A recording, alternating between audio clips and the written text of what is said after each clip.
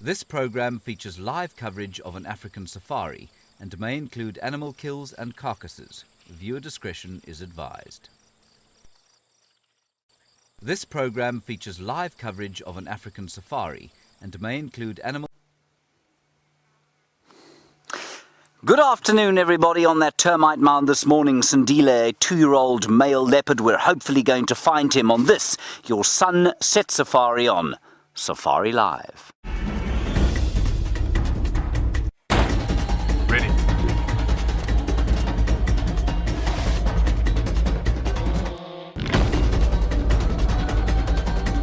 Standing by.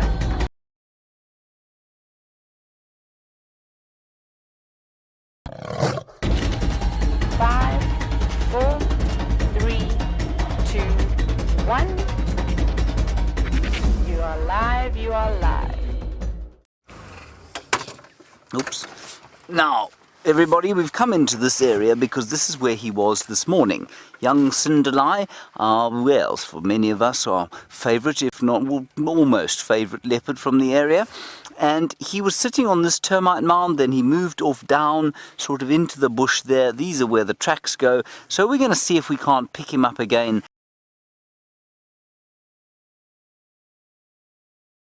Today, Tristan has come across from Simbambalai to do a drive here, so it'll be lovely to talk to him. You can ask him all the questions you've ever wanted to about the Anderson male, Salayeshe, and all that stuff that goes on there, because he will be intimately involved with all of that. So that's very good. And if you want to talk to him, or indeed to me, hashtag Safari Live if you're on Twitter, or questions@wildearth.tv if you're on the email. In the final control, Louise on this Sunday afternoon, and she's being ably assisted by Geraldine, the cheesecake giraffe Kent. Brian is on camera. Brian, talk us through the thumb today. It's a drooping flower thumb. A drooping, wilting flower thumb. Yes. Is that because it is so dry, Brian? No. Oh, why is it It's because wilting? I'm feeling a little bit under the weather. Oh, Brian is feeling wilted, everybody, like a precious spring flower that has not had sufficient rest or water. I'm sorry about that, That's Brian. okay. Oh. Right, let's carry on, see if we can't find Sindili. To confess that this doesn't look entirely familiar from this morning, but must be, because my tracks are all over the place. So we'll ease our way through here. And what we need to look for is he was definitely on the hunt this morning. So what we need to look out for is possibly a carcass hanging in a tree. That is entirely possible. He could be draped across one of these termite mounds. That's where I'm expecting to morning. So I'm not sure. This was the termite mound on which we left him finally. We might be lucky, we might not. There will be a bit of noise. It is a very impenetrable strychnos thicket, this. But that's okay. We'll get through it, won't we, Brian? Stoically. Yes. Every termite mound, he's much like his mother, of course. He likes a good termite mound to sit on. Don't we all?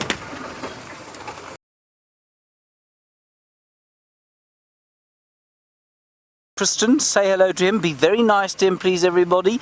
He didn't look too nervous, which I think is excellent. So go and ask him some questions, and hopefully I will see you later with Sandile.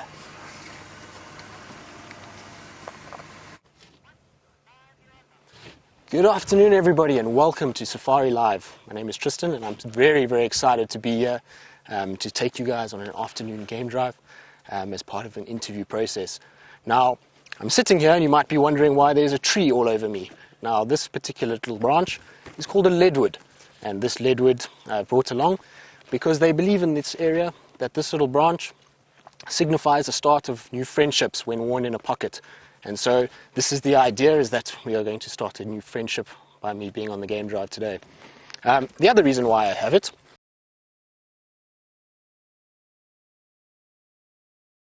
noticed quite a lot of coughing and spluttering going on, and varying members of the Wild Earth team that are not doing so well. So they believe that if you burn this and you inhale the smoke that comes off it, that it is a good ailment or a good way of fixing the coughing ailment. So I shall take this back later for Jamie to throw on the fireside chat and let her have a little sniff of that to try and get that coughing sorted. Now, we are in this area over here we are in search of the Nkuhuma pride of lions. So we are busy having a look around, trying to see if we can find out if they've maybe lay up somewhere in the shade, being that it's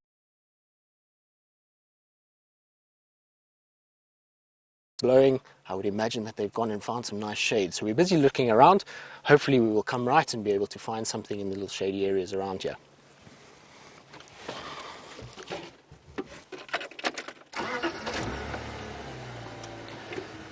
Right.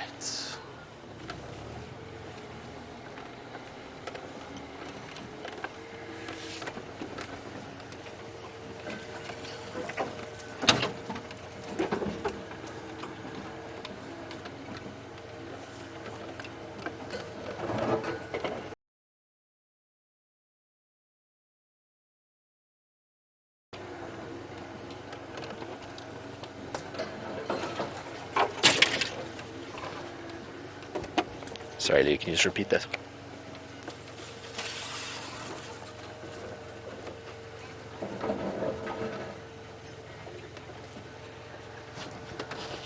To all those viewers that have given me a shout out and welcomed me, thank you very much. I'm very excited to be here.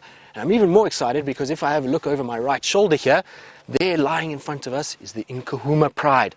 It even looks like there are some of the Birmingham males here with them. I'm so excited. I've been dying to catch up with these little babies. I come from an area that borders Djuma Private Game Reserve, where we are currently based, and this little Nkuhuma pride often comes across into our area, and for the last few weeks, since they've had the little cubs, we haven't had a chance to get to see them. So I'm incredibly excited to be here and to be able to have my first real glimpse of these little guys. As we were saying just now, you can see that they're all very much relaxed and trying to find some nice shade to be able to wait out the hot part of the day before they'll start to get a little bit active later. There's a little one that's just stood up, coming to have a little look as to see what's going on. First a little itch on the leg there.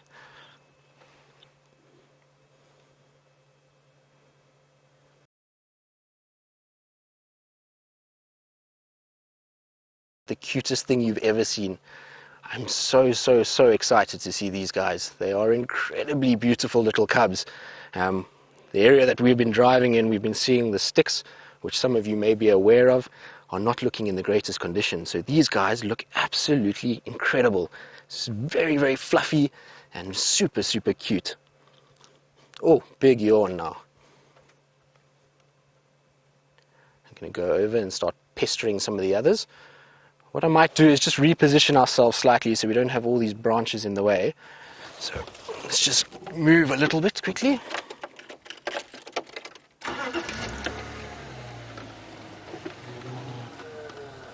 So we're just going to try and edge forward and not disturb them here.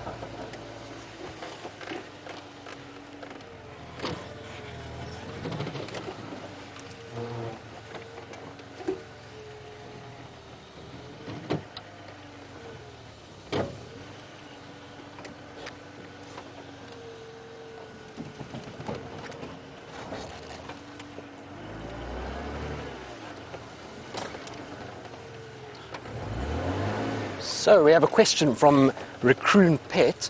She would like to know what is my background. Well, I was born in Johannesburg, here in South Africa, and I lived most of my youth in the city of Johannesburg. I then went to university, also in Johannesburg, and then from there went to go and coach cricket, funny enough, of all things, in Kenya, where I got involved with a wildlife rehabilitation centre, particularly elephants. From there, it was then into the Sabi Sands, and from the Sabi Sands, I've pretty much stayed here the last 7 years. So it has been a nice long ride in the Sabi Sands, and I've got to see a lot of different areas within the Sabi Sands, which has been incredible.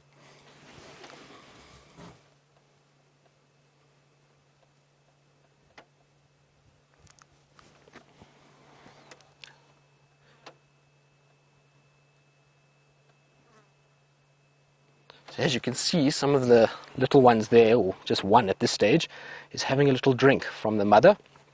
Now these little cubs are still quite small, and so they will still be suckling from time to time as they start their weaning process onto meat. You will find that during these hot periods in the afternoons, often the mothers are very relaxed, and they will then be lying down and allow the perfect opportunity for the mothers to come in and for the little babies to come in and grab a little drink. And so you'll find that they'll feed quite nicely now, in preparation for when the mothers are going to leave later, when it gets a bit cooler, and start to hunt.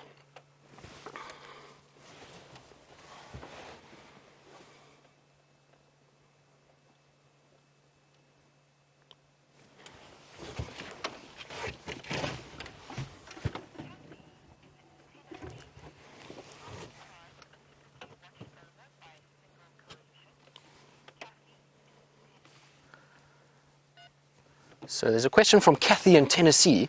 She would like to know how many particular prides a male coalition can watch over. Now, that is obviously quite a varying amount, given that a male lion will push as far as he possibly can in order to take as much territory as possible. It will also depend on the size of the coalition. Here we are very lucky that we have a coalition of 4 males, and so being that there are 4 of them, they're able to take quite a large area. So it's a difficult question in that they could potentially take over 1, 2 prides, 2 being the prides that the Birminghams have taken over, or they could potentially end up in a situation, if this coalition continues to push their boundaries, where they get 5, 6, 7 prides. It's all really about the amount of pressure that they come across from other lions, and whether or not they're strong enough to then push into a new area and take away the territory from the existing males that are there.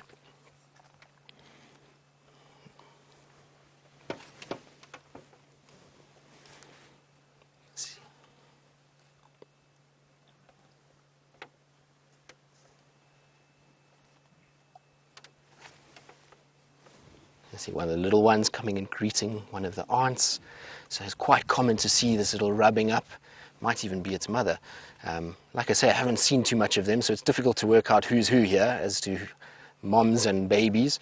But it's quite common that even if that's not the mother, that the little one will make its way towards the aunt and will begin to rub up on the auntie and just get a little social bond going. Oh, look at those teeth. There we go. Isn't that incredible?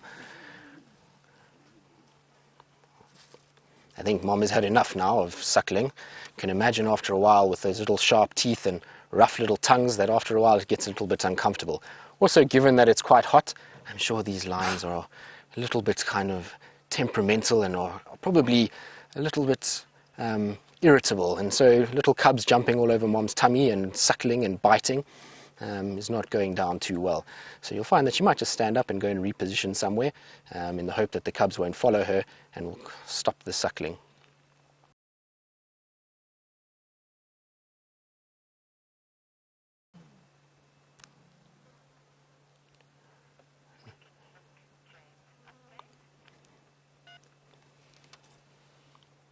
Alright guys, so we're going to sit here for a little bit longer and enjoy this beautiful, incredible sighting. In the meantime, you guys can go across to James and see what an update is with Sindile.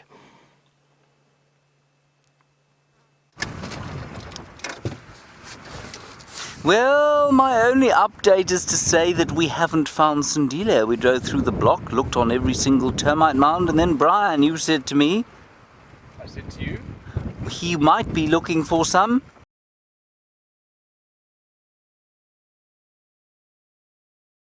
The great Balanites tree is the closest shade, and so that is where we have come. There are no tracks of the leopard, of course, and he doesn't seem to be hanging in its leafy boughs, does he? No. No. Naughty fellow. Anyway, we are going to do our best to find him. Ooh, something else through there. There's a slender mongoose, which I'm not going to ask you to film. I'll try anyways. Are you? I wouldn't. It's gone. It's gone. There was a slender mongoose there. Alright everyone, goes. Now we also saw many steenbok, many duike in there, so I wonder if he caught one of them. He was certainly on the trail, he seemed to be very much on the hunt, and as Brian said to me, the last kill he had, he actually hoisted into a tree. And I think his history of well, his history of not basically being taught anything by his mother. His mother left him to do it all on his own. And it's a testament to the amount that leopards learn by instinct alone. His mother, a very occasional hoister of kills. He obviously has done it from instinct. He knows how to do it. He did it with the dog that he caught. He did it with the last big impala that he had. So he's a good hoister, and no one's taught him to do that. And I always think that it's quite an interesting difference between cheetah and leopard, where cheetah are almost certainly trained by their mothers how to kill, and they're sort of coached through the process. Leopards, like your average house cat, they just know. And I think that's rather remarkable.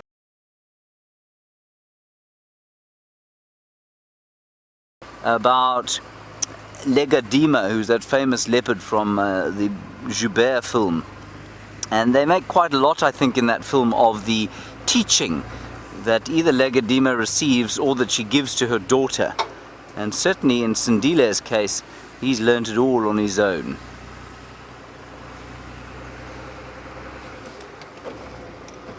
And very nice that we've got the lions, of course, with Tristan. It's always easier for your first drive to actually have quite a nice sort of sighting to settle in on. I had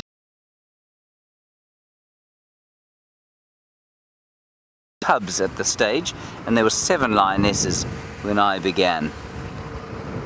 It was before the Birmingham boys moved in. Right, Tristan has had sufficient breather. Let's go back to him, find out how the lions are doing. I'm going to spend a little bit more time over here, and then we'll go and see what else we can find.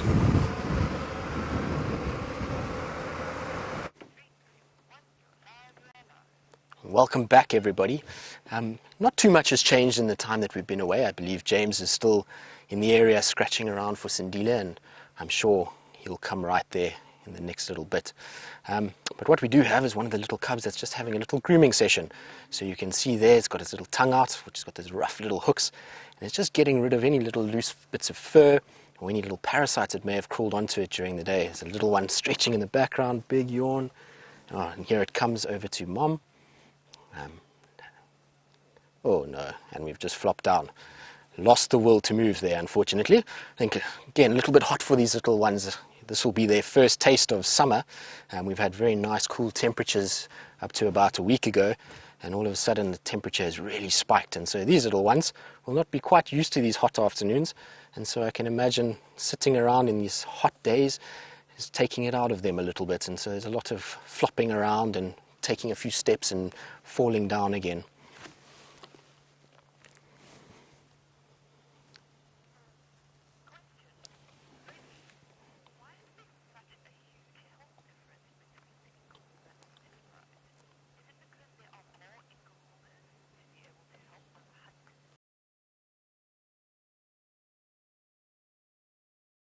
Such a big difference between the Nkuhumas and the sticks, and whether the fact that there are more Nkuhuma females gives them a ability to catch more food and to be able to look after the cubs better. Now, while that may be the case, I don't think so. The biggest difference between the Nkuhumas and the sticks currently is that the sticks have what's called mange. All right, they have been contracted this little mite that lives in their fur, and unfortunately that mite drives them to itch constantly, and they scratch, and they spend too much time scratching that they're not really focusing on what else is going on. They don't suckle as much from mom, as well as the fact that the little mite sucks from their blood and causes them to dehydrate and emaciate very, very quickly.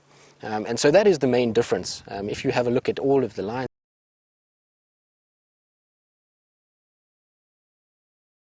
that we see on the sticks females as well as their little cubs.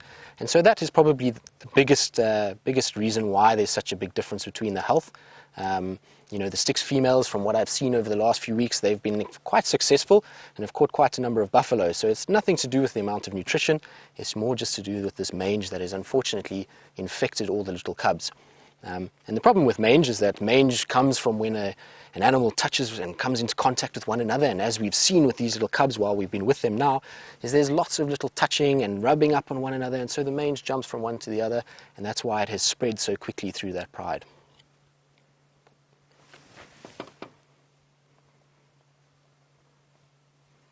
We just have a look there, two little ones suckling quite intently. Even got their eyes closed, they're so happy with life. Not a bad deal to be a little cub in a successful pride like this. Oh, and we've got a little one that's got a little stick over there. Dave, I don't know if you can see it. Yes. So let the game begin.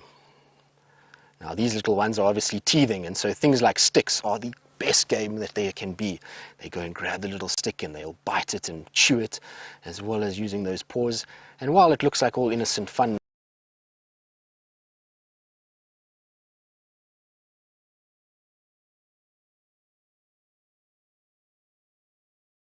they bite it is all going to come in handy later in life. Isn't it just the cutest thing though?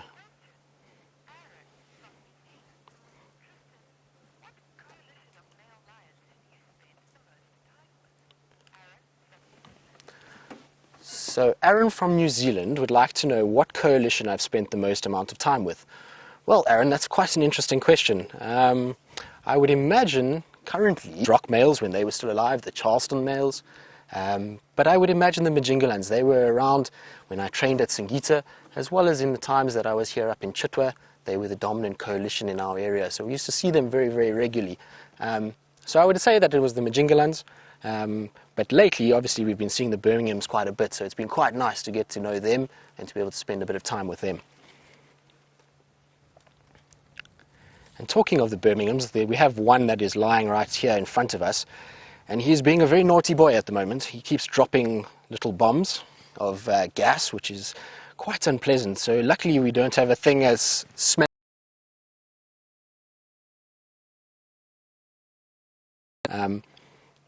But he needs to stop that now because it's quite off-putting. Maybe let's go to the cub on the left.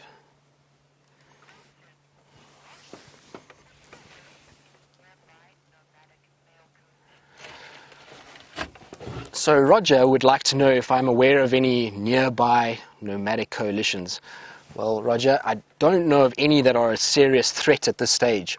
There are a couple of young males in the prides to our south and our east, southwest, in the Salala pride, as well as in the breakaway Mangen pride. But those males are still with the females, and so no real threat to these guys just yet. Obviously, we have no idea what is sitting in the clans. Currently, there is no real young coalitions that could challenge the dominance of the 4 Birminghams.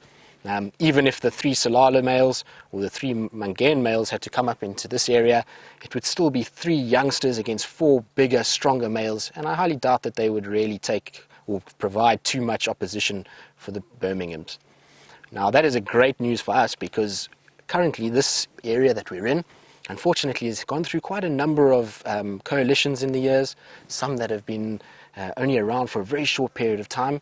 And so unfortunately, the females haven't had a very successful run of it in producing and giving cubs and growing the prides. And so these guys being young males, the Birminghams, that is for the area, and great news for the prides that we see. Now there's one little one there that you guys can see is having a field day with a ball of elephant dung. You can imagine that little bit of dung gives way a little bit, and it's quite tacky, so digging those claws in is quite the game. And we've gotten bored of the elephant dung and now onto the tree. So we're going to chew the tree for a while, maybe push the tree away, don't want that, sorry.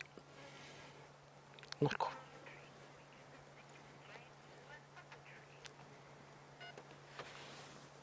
So speaking of trees, we are going to now link back to James. I believe he's showing us his acrobatic skills and has been able to find a tree of his own.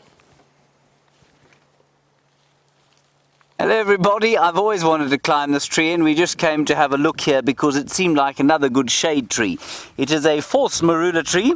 In fact, it's not. It's a real marula tree and it's growing on the top of a termite mound here. It certainly looks in many ways like a false marula tree, but I think it's a real one. Is it? Yes, it's a real one. I mustn't doubt myself, you see. Now, I was hoping that I might see the spots and dappled pelage of Sindile, perhaps, at a similar height to that which I find myself now. I have not seen him, nor have we seen his tracks coming out of this block. So I'm not really sure what we're going to do. We'll probably do one more foray through here and then carry on to some other things. I believe there are some elephants at the Jumadam camp, if you wish to look at them. I must now get out of here, of course, because it is Sunday, and I don't want to hurt myself, Brian. Careful, James. Careful. Oh, thank goodness. How's my audio? Oh, good.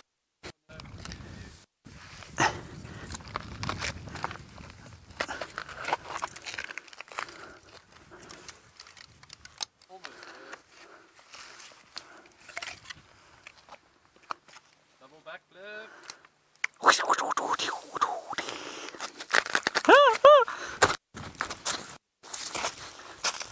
Ryan, look at that. Oh, wonderful. That's amazing. There's the Steenbok's head, everybody. Well, it was a Steenbok's head. Isn't that cool? This is actually a great little discovery. So there's the horn, that's the bone, obviously. And you can see how much of the horn is actually a keratin sheath. And that keratin sheath, of course, if you look at a buffalo, is eaten by those keratophagous moths. Just wondering if it won't come off. It will, you know. Watch this. Huh? How cool is that? So there's a lot of keratin there. But I'll tell you what's interesting, I think, to me, is the size of the brain case. Look in there. That brain case is probably the size of what? A granadilla? A passion brain, for example, is probably about the same size. But if you compare this thing with the size of a lion, I mean, it's about 1/10 the mass, and its brain is relatively quite large. Very nice. And the only other thing to show you here is the different pieces of the skull. And the skull's got a number of different bones in it, and they fuse after birth. They're often not fused when the animal is born. I think in something like this, which is born very precocial, they could well actually be fused already. Bring it for the tent. The tent, very good point.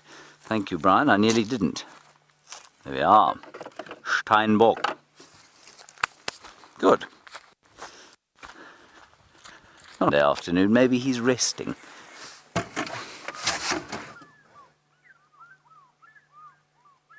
You hear that, everyone? Fish eagles, nowhere near water. That's very odd. Oh, there they are. They're up there, Brian.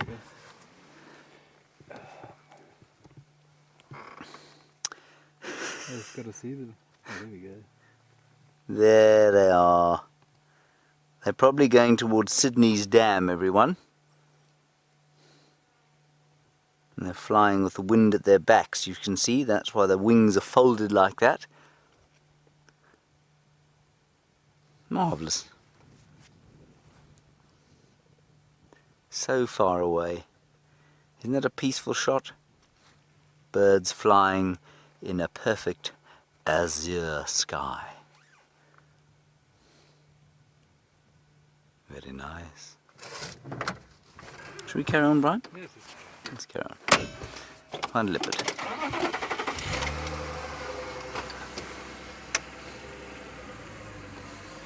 It's a lovely tree, that. Brian and I were once watching Karula in that tree, and we discovered that Karula, much like Kwatile, doesn't like beatboxing or rap. And indeed, she got very cross with us and growled at us when we were beatboxing, so we stopped immediately because she made us afraid. Sean, you're in Secunda and you're wondering what my favourite tree to climb is.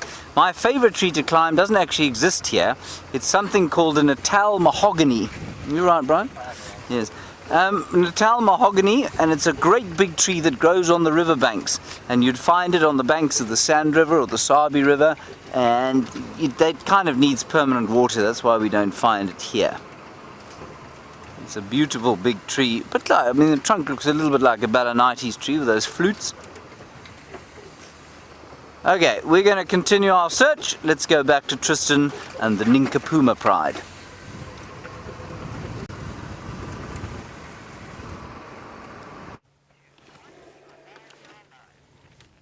Welcome back, guys. Hope you enjoyed James's acrobatic skills as he climbed that tree, as well as his anatomy lesson on that skull of that steenbok. Since you've been gone, a few games have started to develop. A couple of the little ones have decided enough with the sticks and trees and elephant dung. It's now time to move on to something with a heartbeat. And they have started to play with one another. We've had tails being pulled, and now we've got paws being bitten, paws in faces. It's all very gentle at this stage, but I'm sure the rough housing is getting harder and harder, and I would imagine somebody is going to squeak soon. We had a few little squeals from one just now when its tail got pulled, and I would imagine that is going to carry on. Now, while we've been sitting here, we've been in fact the same size as these older cubs' head. They are massive, massive, massive. Unfortunately, now he's moved them to an angle that is not very good, but we'll go back to that just now. But it is quite incredible the size of the feet of these big male lions. You don't really get a fair sense of it until you're very close to them like we are now. It's incredibly, incredibly large. Now the females have been fairly restless as well. They've been getting up and down.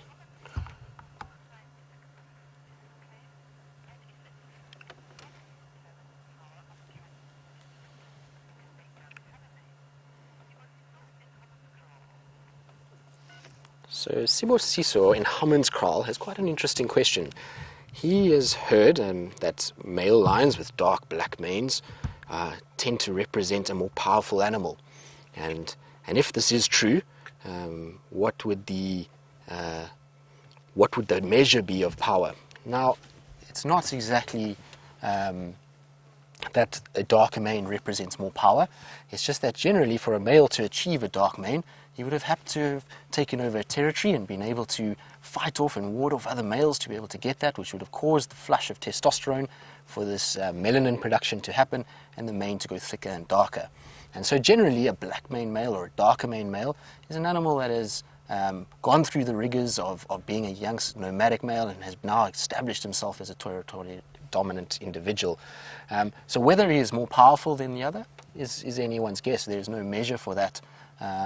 But it's just more an indication to the other lions that this male has gone through this process and has had his fair share of fights to take over and has therefore grown this mane, and it's an indicator to them that this is a male that has been through the mill and has been able to challenge for dominance. I have seen in my time sometimes the blonde males actually doing okay and taking over a pride, but generally the darker males seem to be far more successful. I thought for a second there we were going to have a brave little one that was going to come and investigate the male here, but I think he's thought otherwise and has stopped there and rather kept a little bit of distance.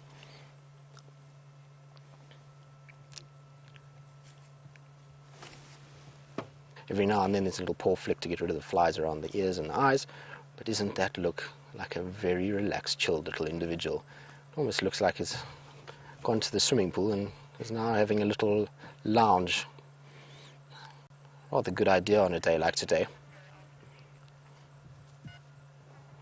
It is a lazy Sunday afternoon after all. Perfect.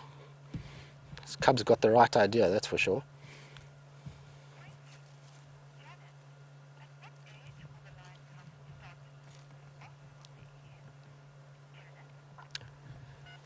So Janet would like to know at what age these lions will lose the spots on their head.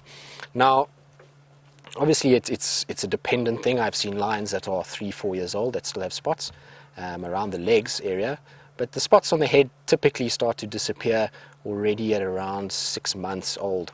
You'll see that the older cubs, the spots are not nearly as pronounced as what you see on the younger cubs here, and slowly but surely they will start to fade. And when these guys start to reach, like I say, about 6-7 months old, those spots on the head are gone, and then when they get to probably about 3-4, the spots are really very, very faded. You'll still see a few on the inside of the legs, but other than that, very little. Look to her head up here, and seems to be looking quite intently. Now I wonder if maybe the other female has just gone to the toilet, or if it's going to be time to get up and do a little bit of moving. It would be quite nice to see if they start to get going. But perhaps for a little afternoon drink. It's that time of the day, and in weather like this, it's often the case that they will start to move towards water. So let's just have a look and see where this female ambles off to. Looks like she might just go and join the rest fallen over log. Looks like the perfect place. Oh no, she's carrying on. And the other female disappeared in a slightly different direction, and so it'll be interesting to see where they're all going. Hoping that all females will start moving. Oh, there we go. See, we've got the attention of the other two. I wonder if maybe something hasn't joined us. There might be some sort of antelope or something that these guys have now seen, or these ladies have now seen. And maybe we're going to be very lucky and watch these guys maybe go on a hunt. So let's just turn the vehicle around and just see if maybe we can see something. These other little cubs here, I'm sure, are going to go bundling along and follow the moms. And the male shouldn't be too far behind them either. But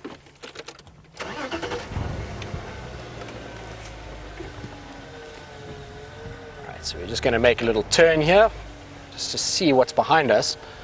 Like I say, there might have been something, because the one female kind of popped up and headed off in a direction, and I've seen all the others now watching intently as she's walked, and it's possible maybe that something has rocked up here. Wouldn't it be exciting if something like an antelope or a buffalo has wandered along and has joined these guys?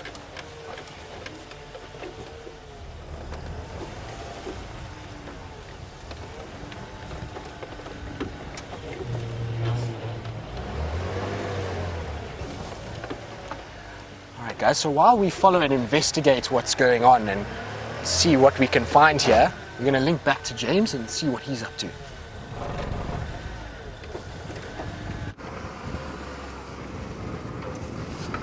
And James is up to exactly the same thing, everybody. And we have not managed to find anything, I'm afraid. One steenbok ran away, a duiker ran away. No Sandila, he didn't run away, he's hiding. Anyway, spring, have you seen any, Brian? No.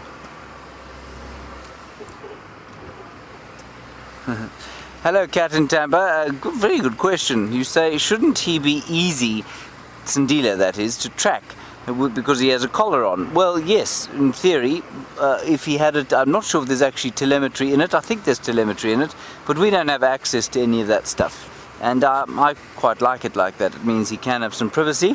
So let's just quickly have a look at that hornbill, if you don't mind, Brian. It's a grey hornbill on the end of the tree there.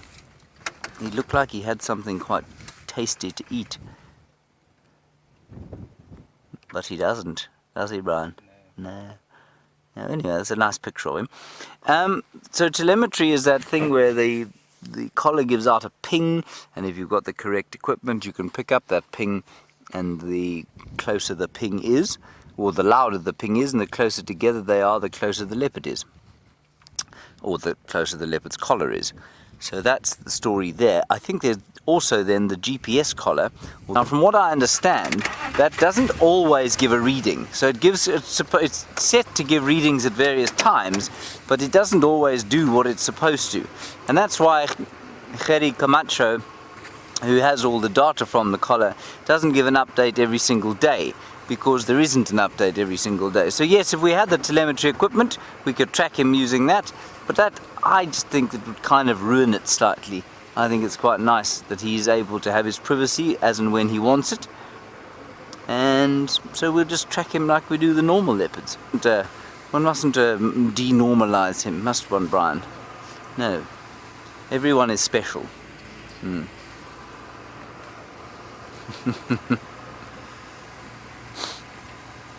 And just to remind you, we will be having a fireside chat today at 6:15. That is Central African 6:15. I'm not sure what time that is wherever you are. We're going to be looking at a clip of the Mara, where I was last week for 2 days or so, and we'll look at that quite astonishing sighting of, well, there aren't 5 leopards in the clip, but there were 5 leopards at the sighting when the wild dogs arrived with James. And if you wish to ask us questions, I would suggest you send them through now, and Jamie and I will attempt to answer them. It's only 15 minutes or so, and so it's very difficult for us to take the questions and then get to them at the right time. Right. we're just going to make our way around the corner here, and I've pretty much given up on Sandile now. Oh, Joe, you want to know what animal this is? It's a steenbok. There it is. Samuel, the steenbok. There he is. Front end, sorry. There's his side profile.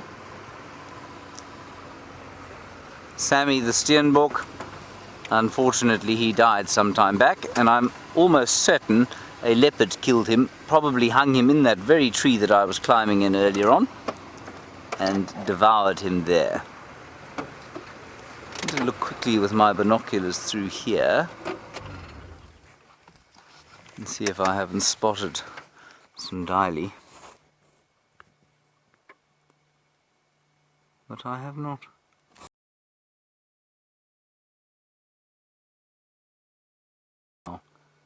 And haven't found any tracks at all. But you know how often we've said that, and how often we have not succeeded in finding our quarry. Anyway, let's continue. I know there's some elephants at the waterholes. It is quite warm today. It's almost, well, it's probably almost 30 degrees today, 85 Fahrenheit or so. And so I think we should probably pop around. Ooh, hang on a second. Surely not. Surely not. Just to confirm that it is a fallen tree. Yes. Nothing in there. Anyway, on a hot day like this, it's always worth going to just pop around some of the waterholes, see who's come to say hello. Sandile might indeed pop down to a waterhole himself.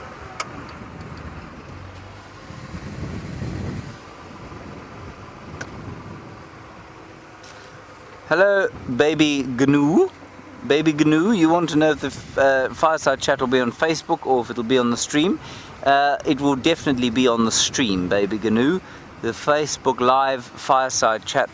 And so we've gone back to the stream. So it will be the normal stream. Right, the lions are still moving. Tristan, our supposedly rookie presenter, has managed to find all the animals, so let's go back to him while the relative veteran hacks about for something.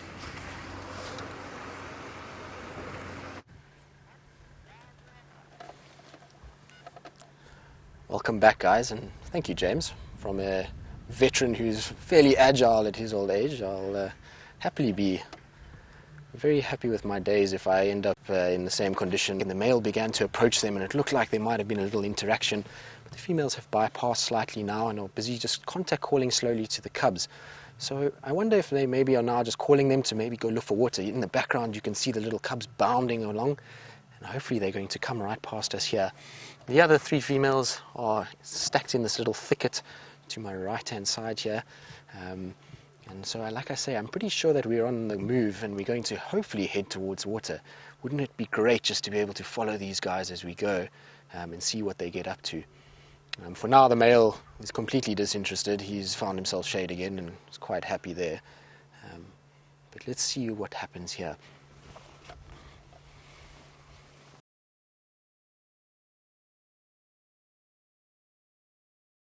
And is slowly watching and listening to the squeaks and contact calls of the other females. There she comes. Come on, Jay.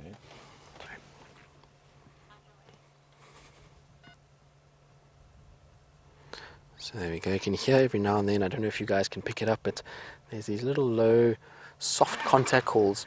Now the reason why they're not full-blooded roaring is that all they want to do is just call the little cubs that weren't far away and just get them to come to the moms. And so rather than making a huge advertising statement by roaring full tilt, oh, look at this, isn't that amazing? The little cubs are going to go greet the male. Oh, and there's a little game happening. Look at that. Oh, a little bit of love, a little bit of playing. That's incredible. And no aggression from the male whatsoever. Now, I've seen the males often getting quite aggressive with little cubs, and so that's quite a little sighting that we've seen there. Here we go, the whole pride is on its way. Still one female at the back with the stragglers, Looks like the youngest of the cubs, who are being quite naughty and don't really want to come with mom at all. Lots of complaining going along as mom is calling them. I'm sure they don't really want to be walking in this heat, but are being forced to at this stage.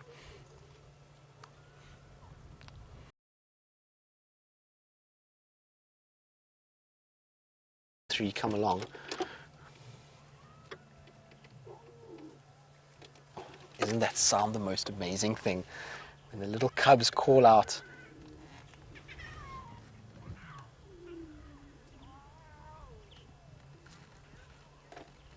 Incredible. We're sitting here and we've got cubs calling on both sides of us, moms that are calling.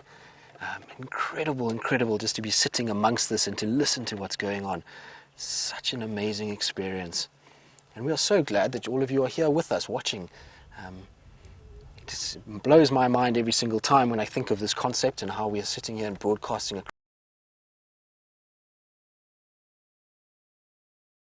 sounds and amazing sights all the way from Africa and South Africa. Incredible.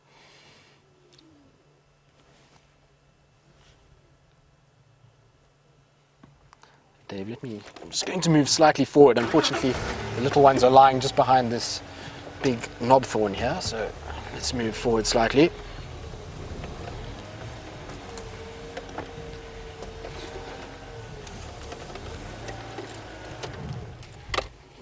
That's a far better view there.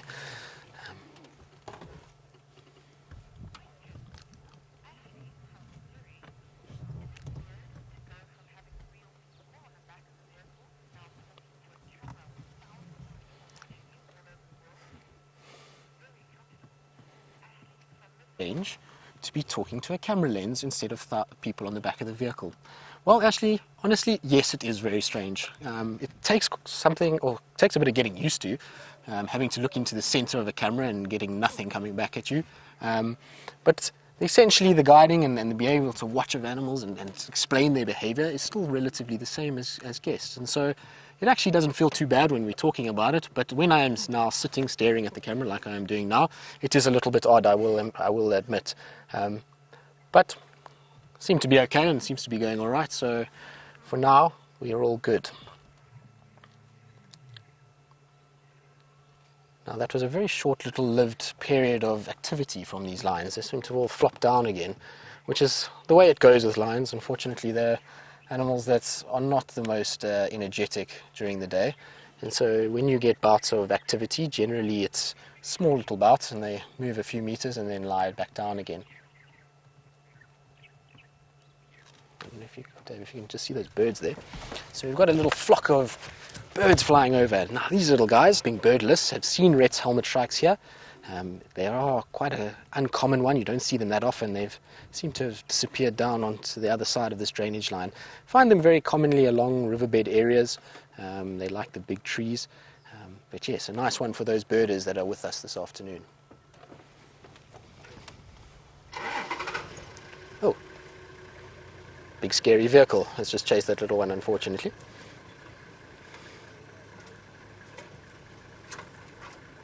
Come hide behind mother. Very, very wise choice.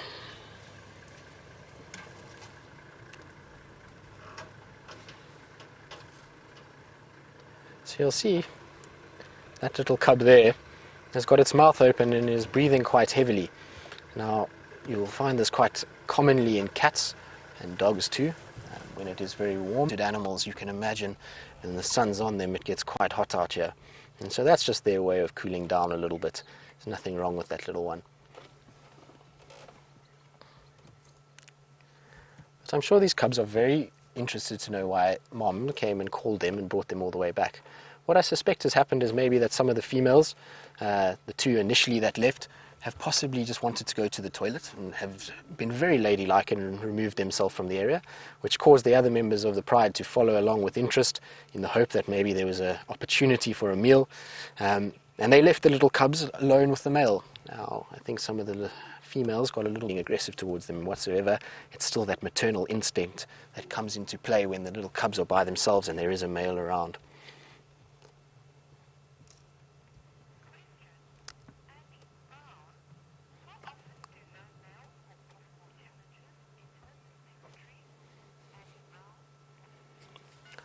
So Andy would like to know how often males will enter this territory, and the answer to that is a difficult one. You know, it depends on the amount of males that we have around us. In my experience and my time here in the Sabi Sands, the amount of males has been quite a lot, and they've come every 18 months. There's been a new coalition that's started to arrive here in the Sabi Sands. And so I think it depends on the coalitions around us. It depends on the aging of the males that are dominant in this area. So if we've got very old males that start to wear down and these new younger guys can come in, or just depends on the cubs that are produced in other prides and in the surrounding areas. So there's no real time span, and there's no real estimate as to when a new coalition will arrive. But in my experience and in the time that I've spent here in the Sabi Sands, we've looked at it sort of every 18 months. There's been some sort of new faces that has ended up showing themselves here in this part of the northeastern Sabi Sands.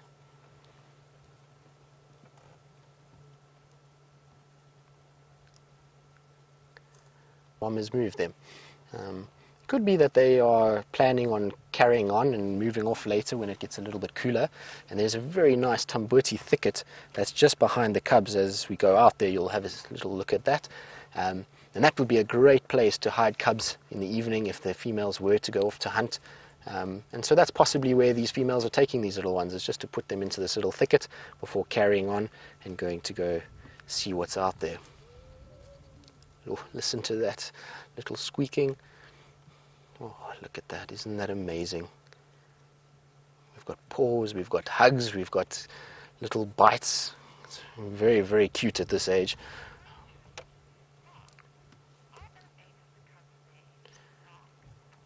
So Mark would like to know if all 8 of the cubs, but I think all 8 are here. I have not counted them yet. I've been so blown away by actually seeing them that I haven't had a chance to even count them.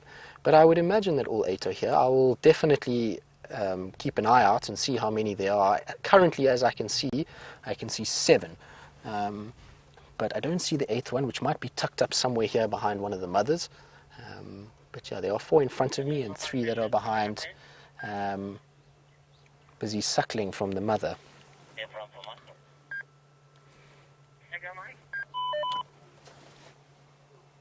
I don't know if you guys can hear that, but in the background the little ones are complaining quite bitterly. So Kitty Bang Bang would like to know how old do these cubs need to be before they will start to practice the art of phlegm and grimace. Now Kitty, just for future reference, the spelling of phlegm is F-L-E-H-E-M. There we go. My English teacher would be very impressed with me. Not that I was very good at English, but I think she'll be quite proud. Now, that is an interesting one. Generally, these cubs have no interest in any sort of social communication, so they will not be too worried about the urine of any other lion. So generally, it's when they become territorial. So males, you normally start to see them start to phlegm, whereas the females, I've actually seen quite young females that are 18 months starting to grimace and to smell the urine as the mothers do it. And it's almost a way of copying the mothers. I don't think they really understand the whole process yet, but they just sniff around and do what mom does. And even the young males to a degree do that. But when it becomes really pertinent and the time that they're really doing it for a purpose is generally when they become an adult. So that's normally at around 3 years old. There's another lioness that's just come back. I'm just busy looking over our shoulders here. I was going to watch her and see. Maybe she's going to go towards the male. I think she's just also looking for a little bit of shade there. It is absolutely incredible just to be in amongst these lions. They are by far my favorite pride in this area. They are absolutely looking fantastic as well. And so to sit here amongst them and to have lions surrounding us in all directions is the most amazing way to spend a Sunday afternoon. I can't tell you how amazing it is. Here comes another lioness. So this is the youngest female within the pride. She's yet to produce her first litter of cubs, but from what I've been hearing, she has been tempting the male somewhat, and so hopefully she will be producing soon. Oh, listen to that little one calling.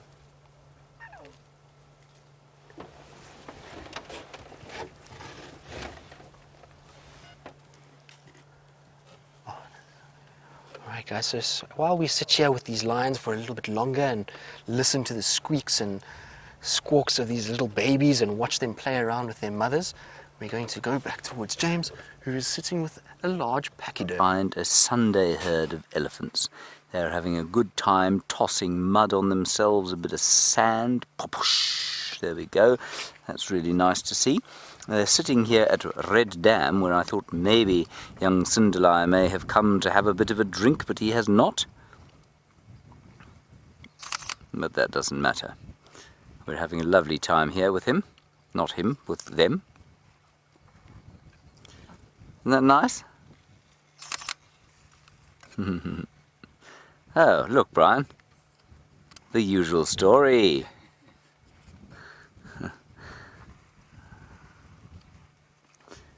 Anyway, they're doing this, of course, just to make... I think they like the feeling on their skin. Apparently it's supposed to do something for parasites. But it's quite sweet to watch. And there are quite a few of them here, you know. 3 in that little group, 1 coming out the drainage line, and another tiny little one off to the left-hand side, which we can't actually see. Did you hear that, everyone? That was a very impressive fanfare produced by an elephant making flatulence.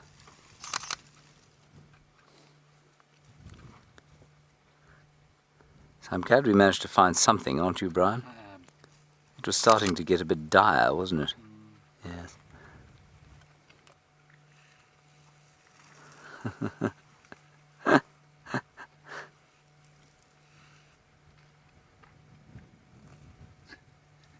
And too lazy to actually get up. He's just throwing sand on himself from there. It's ridiculous. Wonderful to see.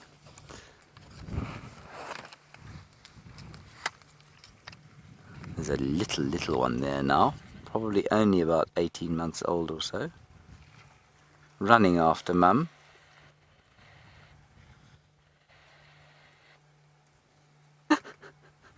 That is so cool.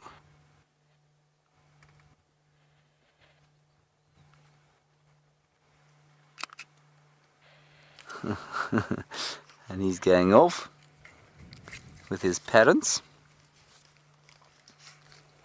Well, not his parents, his mother. And they're all just going up to the top there.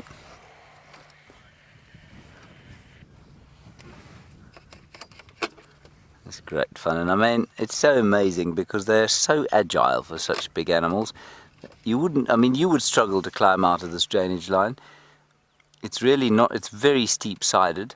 So steep-sided that, I mean, you can't actually drive into. Alright, let's go back to the lions, see what they're doing. We'll try and stay with these elephants. Just before you go, sorry, over here, look at the amazing flowers on this beautiful knobthorn tree. The smell they're giving off is just heavenly. See you later.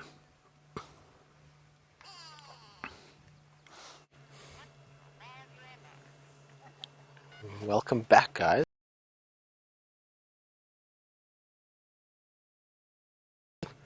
The knobthorns. And yes, they are heavenly, James, I agree with you.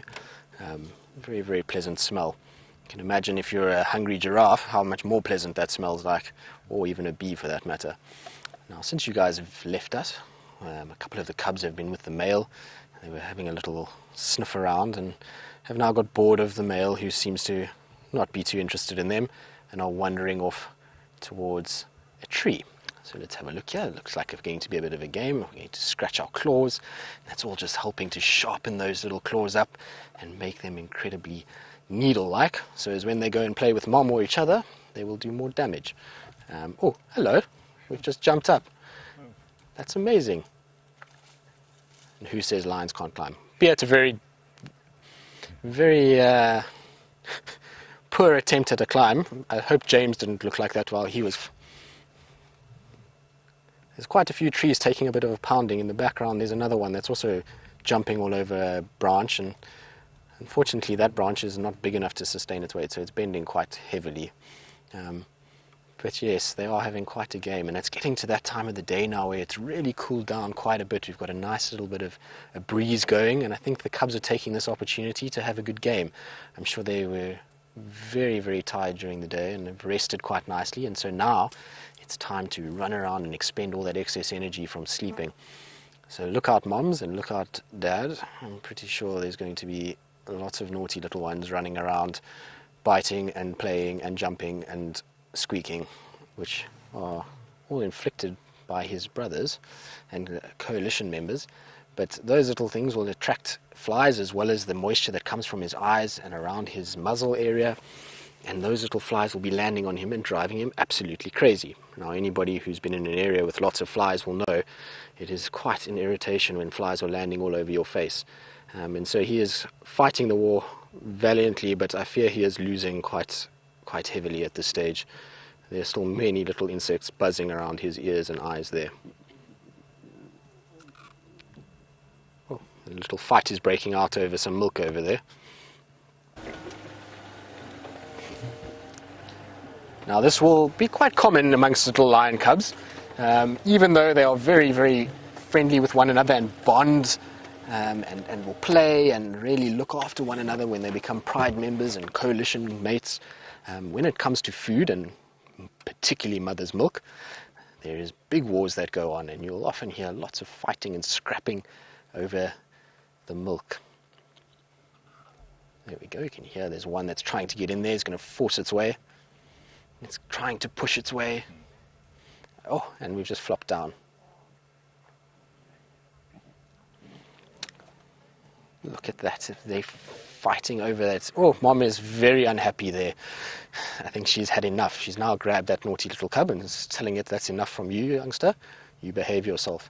So Kitty Bang Bang would like to know, do little cubs go to their mother first for milk? The female. I've seen it with the Styx cubs quite regularly. The older cubs are going towards the little ones, mother, and they actually outmuscle the little ones and push them away and end up stealing from those little ones. But generally, yes. I think when the mothers arrive back from hunting, they will call, and each little cub will go running straight to its mom. Ultimately, it wants the affection from mom, and it knows that that will be a guaranteed source of milk.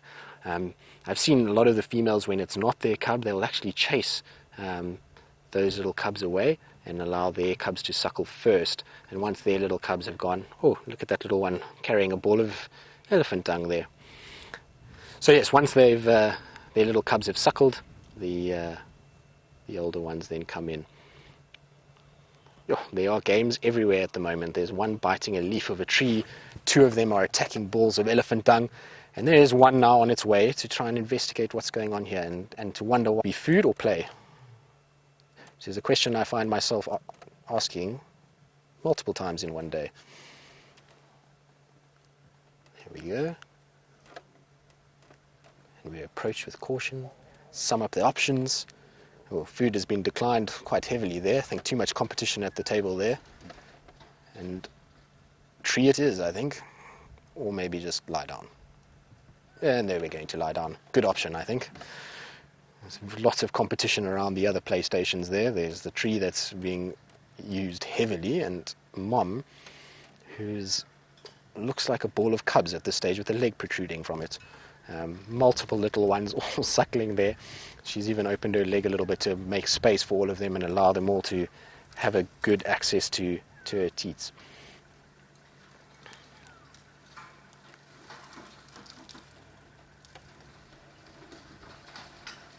Species I like spending the most amount of time with. Well, James, I am a spotted fan. So I am a leopard fan. I love to spend my time with leopards. In fact, the more time the better with them. While it is very difficult not to enjoy time spent with a pride of lions like this, with these beautiful little cubs, I find that lions are often very sleepy and can be a little bit on the downside, or boring side, should I say, at times, and especially when it's hot. But yeah, leopard is just for me the most exquisite animal, and I love spending time with them. They're always getting up to different things. They've got such a varied diet that you never quite know what's going to happen with them. So I love spending time with them more than anything else. Oh, look at that little one with a mouthful of elephant dung there. I don't know if you can see it. It is very, very, very chuffed with its elephant dung. That is its own little meal, and it is going to protect that from everybody. Oh, that is mine, definitely. That is the cutest little thing. Oopsie, we've dropped it. Lots of noise. I'm afraid no rest for mother this afternoon. It sounds like an Sunday afternoon at my house. There was lots of games being played, and unfortunately mom and dad didn't get much time to sleep when I was a youngster. It seems like that's the same way here.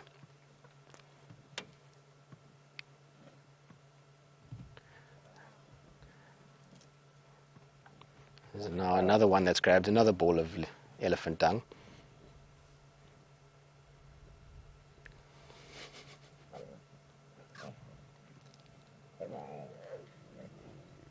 Listen to that. Now, children, you've ruined the moment. There's been too much biting, too much complaining, and mom has had enough. So she is now going to turn herself around, show some teeth to those little ones, and that is enough of a sign to them to tell them to behave, as anybody needs. And I tell you what, if I was a little cub and I saw a mouth like that of teeth, I think I would pull my socks up quite quickly and behave myself as well.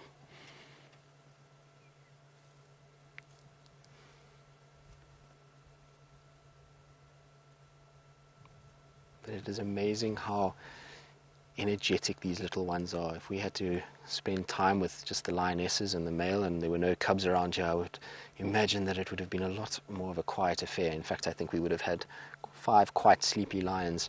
But as it stands, we've got the cubs, and they are proving to be very entertaining this afternoon. Just like I said to you earlier, this is the first time that I've actually spent time with them, and my goodness, are they amazing little creatures. I love these little guys already. They are great.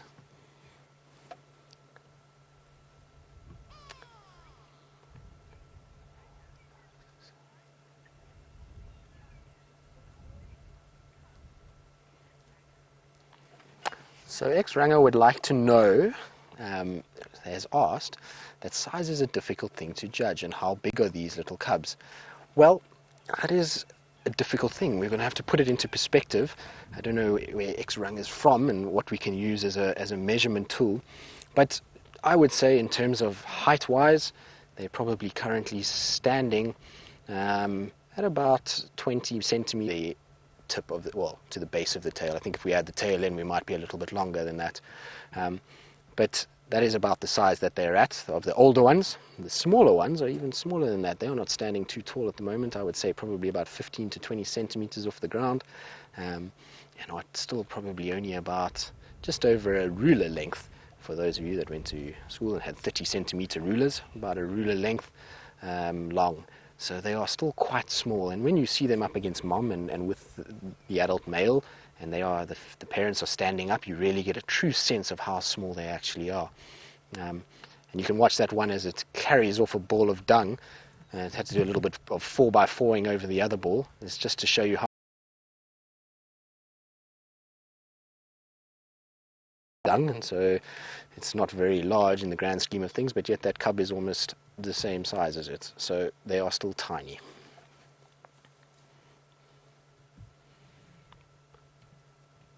Oh, look at that. Tell you what, you don't want to be a tree around this lot. They are a group of lumberjacks.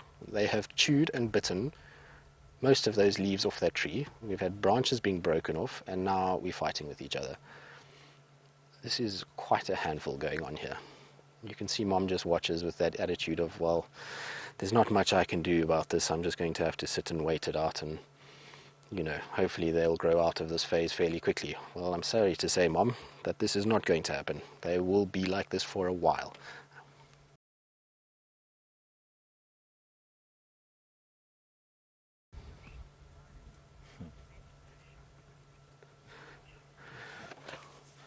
So Doodles has made an observation that as a mom she would have closed up shop a while ago, especially with those sharp little teeth, and I, being a man, can't really offer too much comment on that. I haven't had children, and so I wouldn't know, but in my little bit of time that I have spent with kids and with children of other parents, I would imagine that would be the case. I've seen quite a few moms getting quite frustrated with their little offsprings, and I would imagine it would be the case, yes.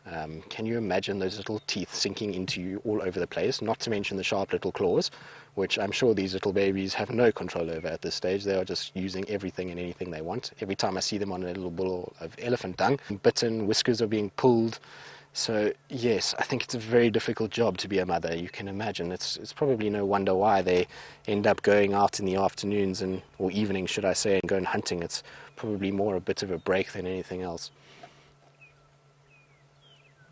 But yes, to all those moms out there, even the ones from us and people, great job and keep up the good work. It's a tireless job, I know. If you were anything like I was as a kid, I'm pretty sure you have your hands full. So keep up the good work, and hopefully your little ones will not end up biting you like these ones do.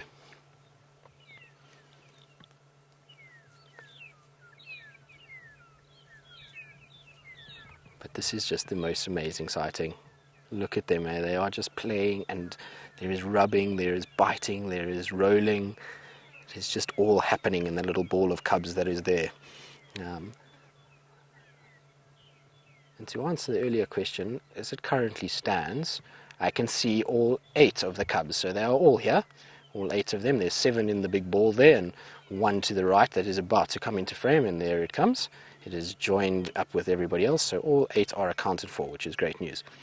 And while these hooligans carry on with their shenanigans and playing and bouncing around and biting and carrying on, we're going to go back to James and see what he's been up to for the last little bit.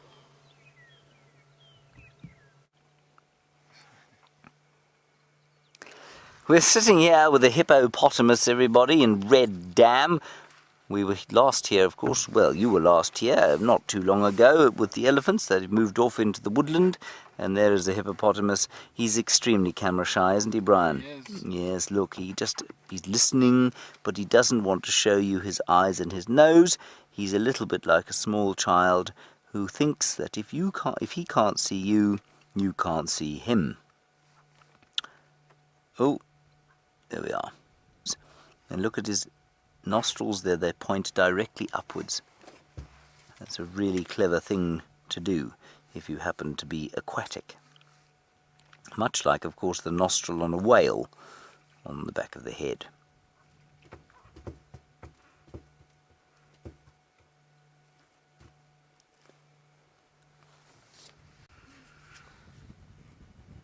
Hello Melanie, good question from you about elephants and hippo and how they interact with each other. And you say recently you've seen some aggression at the Djuma Dam from some of the elephants towards hippo that come down there. And do they ever fight, and how common is aggression between them?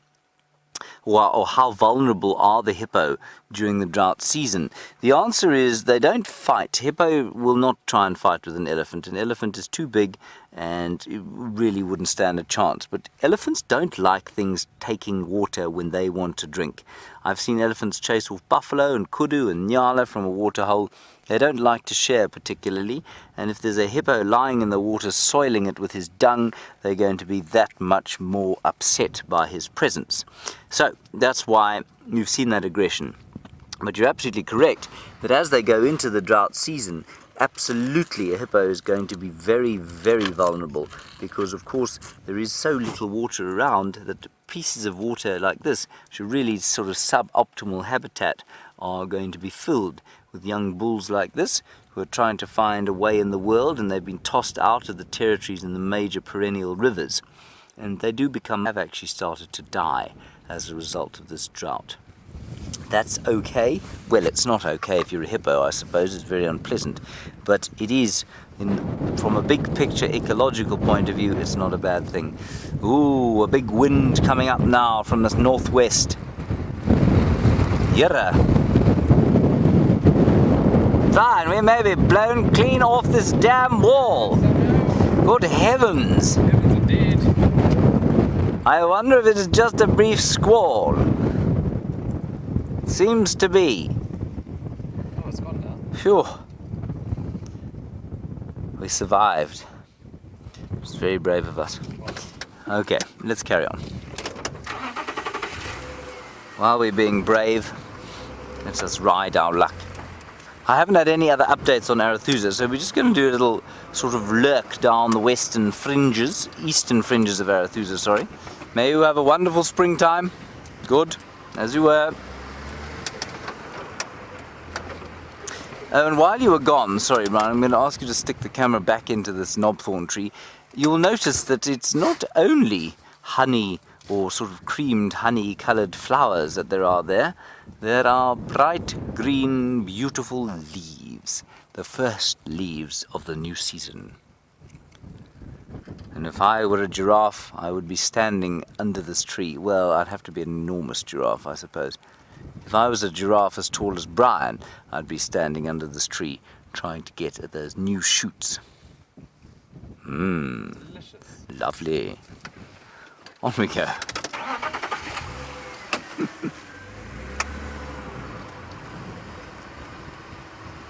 Sorry, Heidi, I missed your communication there. Can we go with that again, please, Weesey?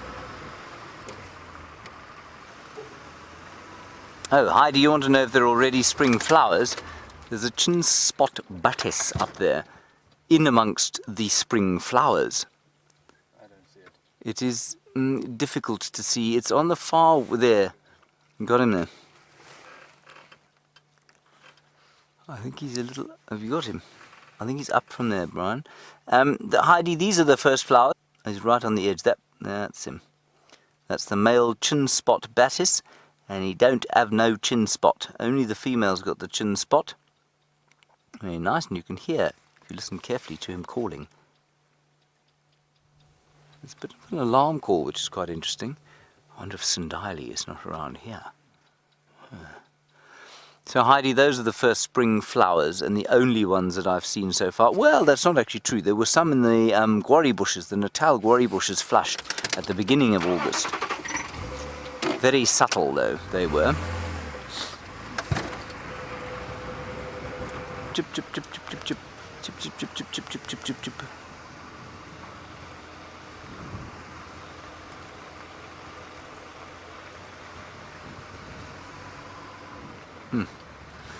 Alright, we're going to continue down exploring here in Arethusa. I haven't been here for a while. Let's go back to Tristan and the Nkuhuma Pride.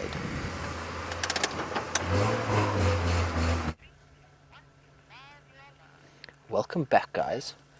So, while we were sitting here watching these little cubs, out of the corner of our eye popped out this little chap. Now, this is a little striped skink, and it is on a fallen over tree here, and it is risking its life at this stage. I don't think I would want to be a little lizard with 8 playful lions around. Now, we've lost visual of it now. It's gone behind the tree, but we'll keep an eye out on it. It's been scuttling around in the fallen over tree over here, and luckily for it, none of the cubs have really noticed. They've been too busy playing, like they were when you guys left us. But what I was hoping was that it would make a little bit of a noise, which might attract the attention of these 8 mischievous cubs, and that would have been quite a game to try and fish a lizard out of all of these little bits of broken bark and trees. But as it stands, the lizard is safe, and so lizard 1, lions none at this stage. Oh, lots of grooming going on now, lots of bonding, biting. Isn't that just beautiful? That is the most amazing sighting.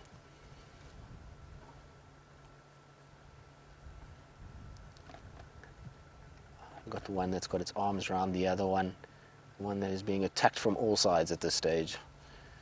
It's got its feet on it, it's being licked by 2 others. Oh, hello. Payback time. Isn't that just the most sweetest thing you've seen? Amazing.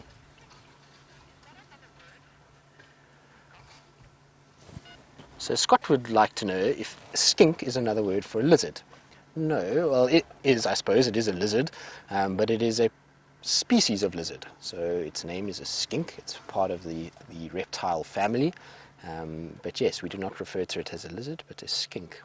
And they are fairly common here in Africa. We find them all over the place, and in environments like this where there's lots of fall, as the bark separates from the tree, little nooks and crannies develop, and so this little lizard can hide away in those little crooks and little barky sections, as well as find little insects inside there. So it is the perfect place for a lizard, or in this case a skink. I'm sure he's still scuttling around there somewhere. I haven't seen him again, but somewhere in there we'll find it.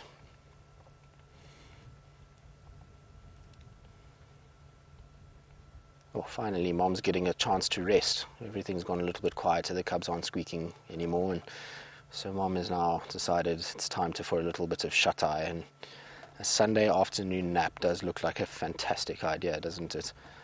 She looks very fast asleep there. Nice comfy pose too. Oh, that didn't last long. Unfortunately, we've been woken up again.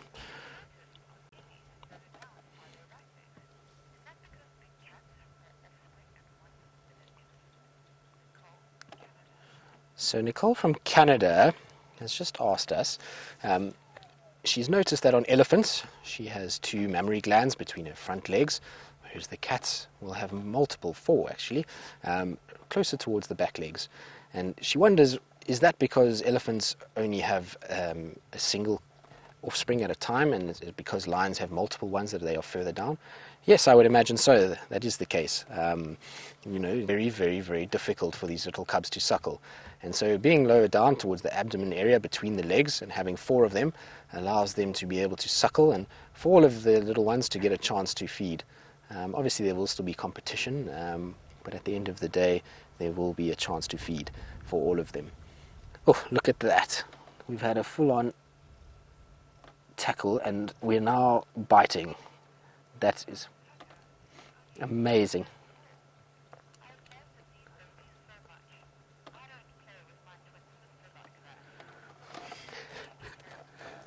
So Tucker, who's 4 years old, welcome Tucker. I'm so glad that you could join us here in Africa on this live safari. And Tucker says that he doesn't play with his sister, like constantly would assume his dominance over me, and I was treated with quite a lot of rough behavior. So you are a very kind brother to your sister, and I'm sure she'll be very appreciative of it later in life. But yes, these cubs are incredibly enjoyable, aren't they? It's amazing just to sit here and watch them, and they're always up to something. That's the best thing about them, is that they never really settle for too long. There's constantly little games being played, there's biting, there's scratching. Oh, it's getting quite serious there now. There we go, the whole tree is shaking. We've woken up all the adults. And, oh, hello. So these games from time to time do get a bit out of control. It's like any roughhousing games. Is like I was saying, when I was a youngster with my brother, we used to roughhouse a little bit and it would get out of control. You know, one will generally get up and go away and sulk off in the distance, or go and seek the comfort of Mom and maybe just tell Mom a little tale in her ear there of how her naughty sibling has been biting her. And Mom is now going to let her suckle, which is quite nice. Mom obviously felt very sorry for that little one and is now giving it a treat. Can't see her there, unfortunately. She's disappeared. There's a little back of the legs as she nestles down for a good feed. Oh, and here comes the naughty one, coming back in again. I think she is going to try and find her own nipple. Well, I hope so. I hope she doesn't push the other one off. But no, there we go. We've settled in nicely as well. No more dispute. Happy.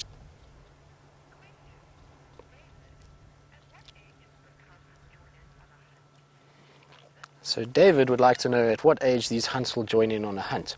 Now, again, it is a variable time frame. I've seen cubs as young as 8 months being involved in a hunt, but it was purely opportunistic. In terms of a planned hunting situation, generally it's only when they reach about 2 years that they really contribute in any way. Prior to that, they're still very inexperienced, lots of exuberance, as you can see with these little cubs. They don't sit still for 1 minute. And so you can imagine on a hunting situation where the lionesses have to wait or the lions have to wait for long periods of time and stalk and calculate, that these exuberant little ones often end up blowing the hunt. And so generally they only really start to contribute from about 2 years and onwards.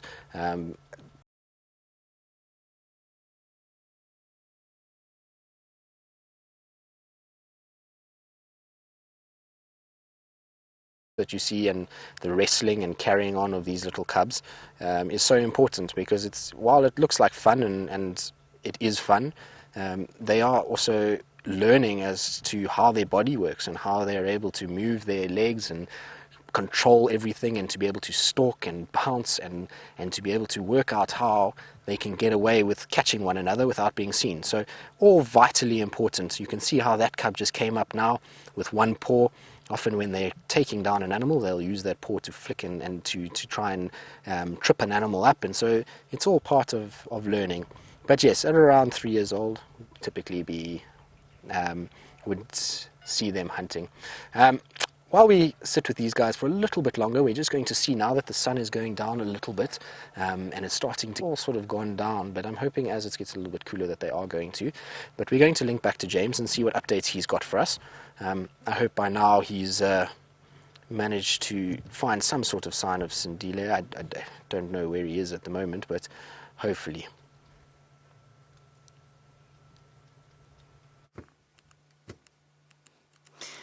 Now everybody, I haven't found Sindile, nor have I found Shadow, nor Tingana, nor Karula. The latter three I have not found because they are not here. They are on Little Gari, all three of them together. Now that is unfortunate, because I was rather hoping one of them would be here, but they are not. So now we are looking at the back end of a virtual zebra, which doesn't really want to say hello to us, does it, Brian? No. It's not very kind at all of it. Just rude, really. It's so... We were told a little while back, I was asked a question about this mystery zebra called the Grant's zebra. Now, the Grant's zebra is found in East Africa, so I've been looking at the Grant's zebra without even knowing about it. This particular one is the southern zebra, I suppose you'd call it, or the Birchall zebra. But the Grant's zebra is the same species. It's just a slightly different shape. It's got a more Roman nose, and I'll show you here. And I didn't know this until, well, a few days ago. There's the Grant zebra, and there's the Birchall zebra. Now you can see the Birchall zebra thicker of neck, the very obvious shadow stripes there, those are those sort of dotty bits there, the brown stripes in between the black and white. And if we go up towards the Grant zebra there, you can see a much more rounded nose, and I definitely noticed that when I was there, way of shadow striping. You can see that. There we are, Brian. That's very clever of you. Then the other thing, of course, is that they're striped all the way down to the foot. Looks like a sort of pile of potatoes there. What do you call those things? Potato chips. Yes, potato chips, exactly. Anyway, that's the difference between the two. And Sabrina, you're wondering about wild horses. Now, before Brian goes away from this book, I'm going to show you one African wild horse-ish type thing called an African wild ass. There it is. Now, I am a bit of a horseman myself, Sabrina, and you know, when you're a judge of horse flesh, when you see something that looks like that, your first thought is not, what a brilliantly attractive animal, it's more, what a donkey. And so we don't actually have anything other, or any other sort of wild equids other than the zebras and the African wild ass. There are, however, quite a number of feral wild horses in Namibia. Their sort of exclusion after, I think it was the First World War, if I'm not mistaken, when Germany was tossed out of Namibia. I think it was the First War. They were tossed out of Namibia, and the army couldn't take their horses with them, so they just released them into the desert, assuming that they would die. And they've now produced a fairly large herd that roams all around the deserts or the sub-desert areas of Namibia. So that's quite nice. But otherwise no wild horses in Africa, because the horse, of course, if I'm not mistaken, comes, where was it first domesticated? I think it was domesticated probably around Mongolia, where you still find the Przewalski's horse, which is the last remaining wild horse in the world. Now we're just going to get out of the way here so that these fellows can come past us.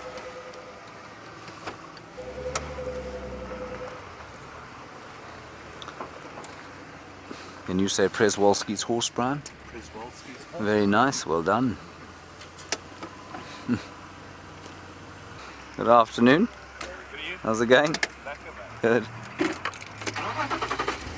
Now the good thing about them, Brian, of course, is that they were all in matching khaki, which means that they will be invisible to any of the animals that they come across.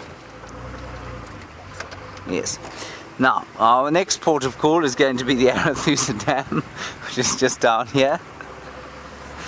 And I don't think there's any water in it. I'm always thoroughly amused by matching khaki outfits on the back of a safari vehicle, as if the smell of diesel, petrol fumes, steering fluid, oil and all of that could possibly be mitigated by the wearing of... I'm tremendously camouflaged at the moment.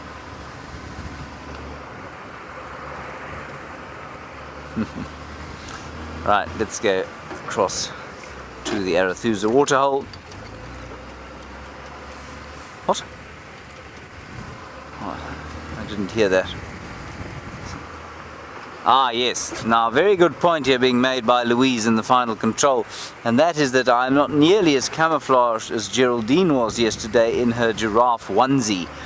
I'd love to know where she got that. I also think that I would very much like to borrow it for game drive one day, so maybe she will lend it to me and I can wear a giraffe onesie on game drive. The most amusing thing about it, of course, will be, well, not only your reactions, but mostly when driving past someone like that fellow who's taking his game drive very seriously. If he were to come across me in a giraffe onesie, I think he'd be rendered utterly speechless, to be honest. I think he'd just look once and just keep driving. Brian, I think we should get you a giraffe onesie as well, especially as you actually are as tall as a giraffe. Maybe I should get a dwarf mongoose onesie. Or a zebra onesie, that's a very good idea. Jerry, can we get a zebra onesie? How about a crowned lapwing? Or a crowned lapwing onesie? Under the water, when the harbinger of doom is at the water's edge. Do you see him there, Brian? Oh, no, left and up and left, no, and left again. There, just keep going along there. Oh, look at him, South Africa's ugliest bird, the marabou stork. We will get a bit close, everybody. I just wanted to warn you that the harbinger of the drought is at the water. Now what he's doing, I'm obviously being ridiculously overdramatic on the Sunday afternoon, what he's doing is eating the rotting carcasses of the catfish that are no longer able to swim because the mud has now dried. Some of them would be under the mud now, in their sort of safe, slimy cocoons from which they will emerge when the water comes again, but many of them will be in the gullet of that there bird. I think you can get a marabou stork onesie with a traffic cone as the beak.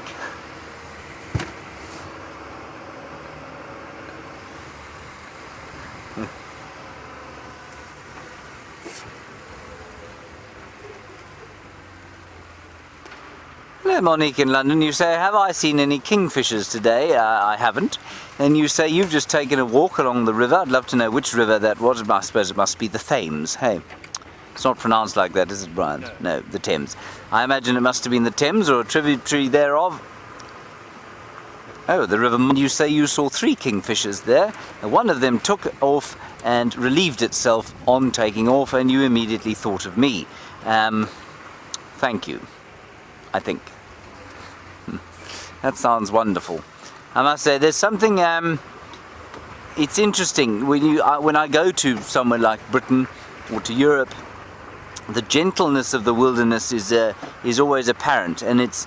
I think a lot of people underrate or certainly underestimate the healing effect of a wilderness like that, where you're not looking over your shoulder for something that might come and knock you over at any stage. The sort of wind in the willows type of wilderness, which is great as well. Hand down over this mud bath, from which there is no escape for the fish, and the hippopotamus has gone. Look at that, everybody. I've never seen it like that in all my 18 months that I've been here.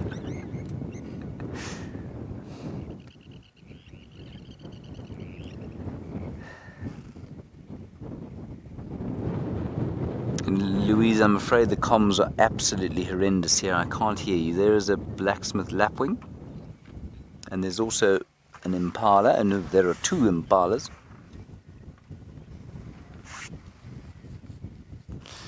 Alrighty, we're going to carry on from here. I think we're probably going to head back. Let's head back to the lions with Tristan and find out what they're doing other than sleeping.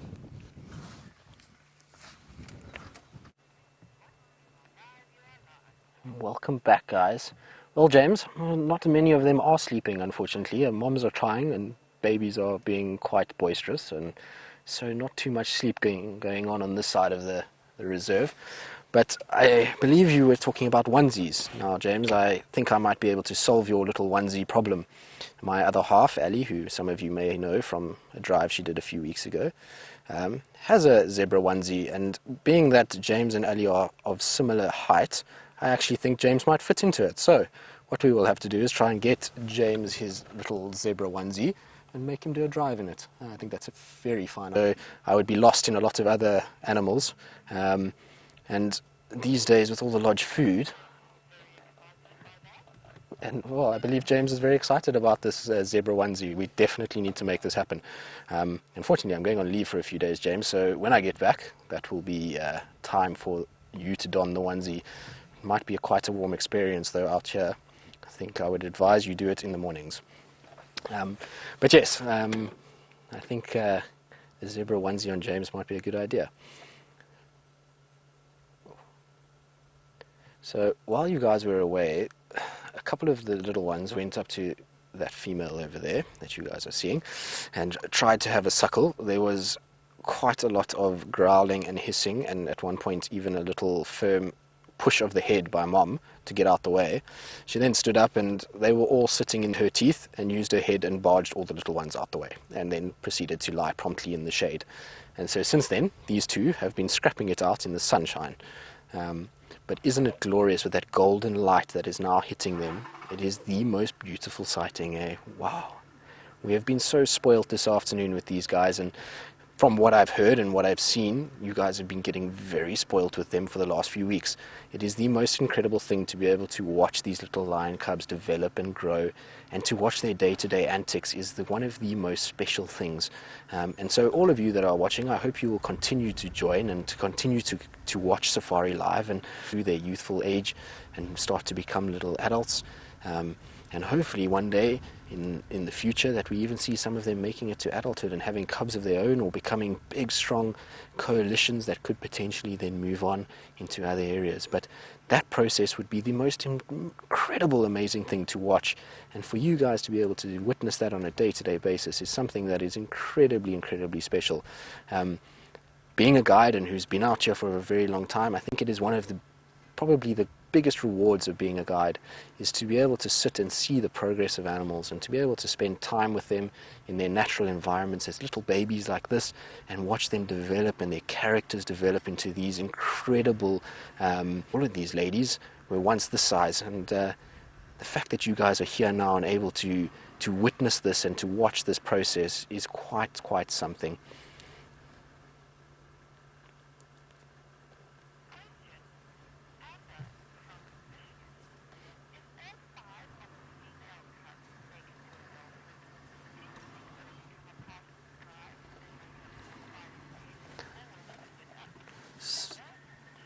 So Amber from Michigan would like to know if all 5 of the female cubs that are in the Nkuhuma Pride currently, if they all make it to adulthood, would those 5 join the other 5 adult females we currently have, or would they split into another pride of their own? Well, generally the case is that those 5 females will absorb into the pride and form a pride of their own, although in a pride that I've seen to the southwest of end up leaving the mothers, I'm pretty sure that they will be joined into the Nkuhuma Pride, and the pride will grow to 10. And can you imagine 10 adult females in one pride together? What a machine they will be, and how potent they could be at bringing down these large buffalo that they'd like to hunt. And can you imagine also if all 10 have cubs, it would be absolute chaos. They've got their hands full with just 8. Can you imagine 10 females with 4 cubs each? That would be absolute chaos. But here's to hoping and to seeing all 5 of them staying alive firstly, to become adults, and then to be these little guys have dragged that little ball all over the place. That poor piece of dung has lost multiple little limbs as it's gone along. Well, now we're just going to fight with each other over the top of it. Luckily, that little elephant ball of dung has no heartbeat, and so I'm sure it doesn't care at all of its situation and predicament currently. But it's amazing how little balls of dung can become the center of 8 lions' focus. Just look at that. Isn't that the most incredible thing? Now, if that is not cute, I don't know what is. Oh, we've got a claw stuck on the forehead, rolling. Oh, that is the cutest little cub. They are so fluffy. After seeing the little Styx cubs, it's actually quite scary to see how fluffy these guys are and how healthy they're looking in comparison. They are incredibly beautiful, but it also sheds a little bit of concern onto what the Styx look like. They're not looking fantastic these days. But luckily we are with these guys, and we are getting to be spoiled by the good-looking gang of Juma. Just when likes to jump all over the others and cause trouble, and I can guarantee that it'll be the same sibling that will run to mom when things get out of control. It's normally the case, and it's normally one of the younger siblings. I know this because I was like that at the early ages of a boy. I used to piss and poke and prod my brother until I got a reaction, and then would run to mom with complaints of being beaten by my now thoroughly irritated brother. And I can imagine that this is very much the case amongst these guys. But look at that. That is just so sweet. Oh, I'm going to be up and mobile now. Oh, little sneeze. So I think probably rubbing up on one another. A little bit of fur has gotten up the nose there and has ended up causing this little one to have a little sneeze. Just look at those little faces.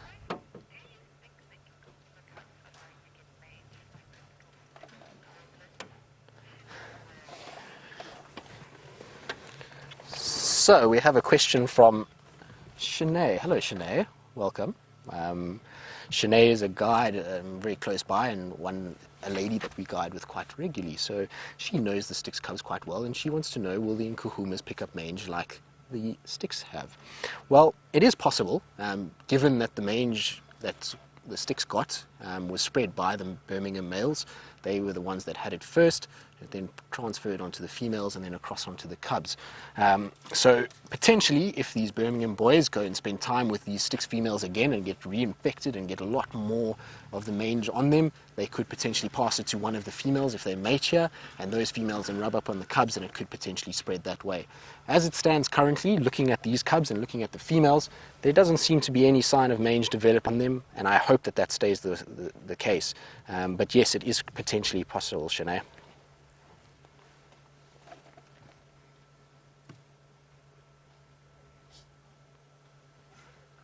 So you can see an approaching vehicle is now the highlight of the afternoon. All of them are busy watching and checking around what's going on. Very interested in this large hunking piece of metal that is making its way through the brush so loudly. Obviously with animals, generally it's a very quiet process when they move around, but us humans in our vehicles tend to make quite a bit of noise. So that's always a little something to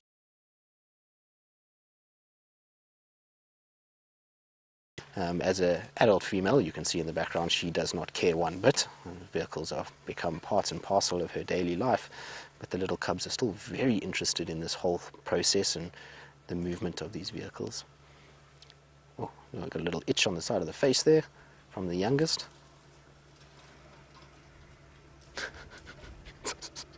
And now we're biting our own foot. Well, when nobody else wants to play, I suppose playing with one's foot is quite fun.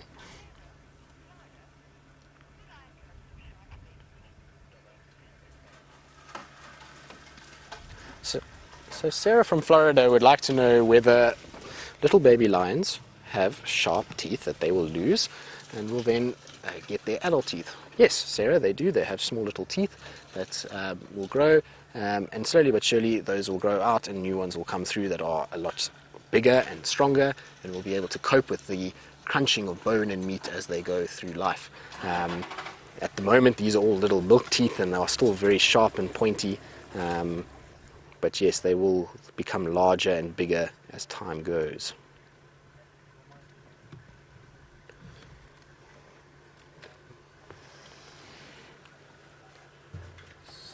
So even the little cubs, you saw how some of them scattered quickly behind mom. Just shows you how even though they are so relaxed and they are wandering around playing, that there's still this very sort of clever instinct that when something gets close and they're not sure, to run to mom and hide behind mother. At the end of the day, mom is going to protect them more than anything else, and so if you venture towards carcasses like buffalo kills and you get hyenas approaching, the instinct to run to where the nearest female is or to their mother is going to be a very good one that's going to keep them alive in the long run. So they need to be very aware of that and need to be able to keep doing it through these adolescent years.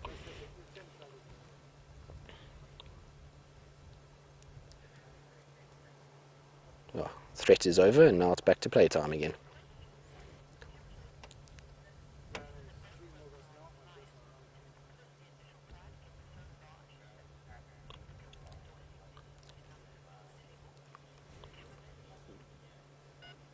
So Timmerlin would like to know, is a breakaway of female lions from a pride because there is a lack of food that the pride is being able to catch because of the numbers? Yes, that can be the case sometimes. When you get very large prides, I've seen prides in the eastern parts of Kruger National Park that are 40 lions together.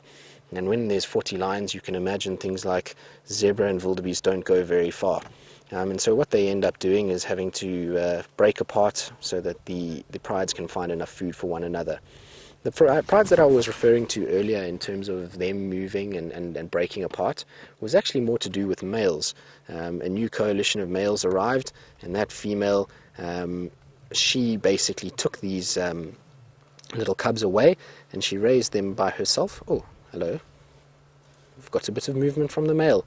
Welcome. Maybe he's not to be outdone by the cubs, is going to put up on a little performance of his own.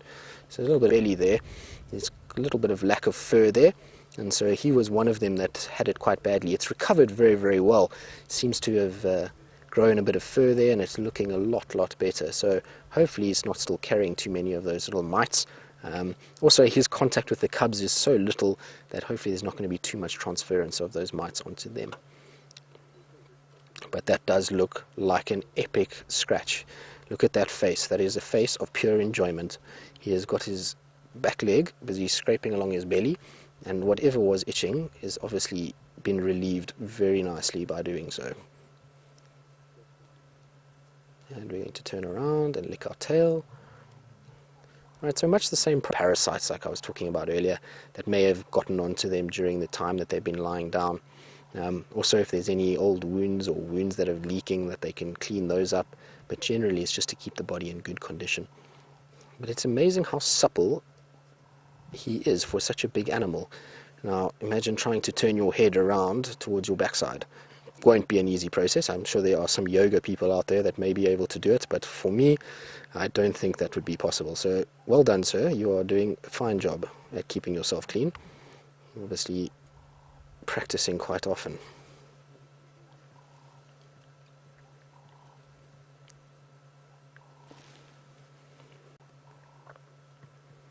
Now I'm hoping that once he's finished his grooming process that he might take a wander closer towards the females and the cubs and that we get a little bit of interaction between them. Obviously, like I say, there's not too much going on with the male. Little bit of room for growth, but not very much. He's pretty much at his biggest. His mane might get a lot thicker, but I can tell you from sitting not even 10 feet away that he is a large cat. He is quite a big boy. He's not the biggest male lion I've seen, but he is definitely not small, and he is quite intimidating. He's got these beautiful eyes when he looks at you, and while he might not be the biggest lion out there, the fact that he's got 3 other brothers allows him to be quite dominant in this area, and so he is not the smallest of lions that I've ever seen either, but yes, he's not the biggest either.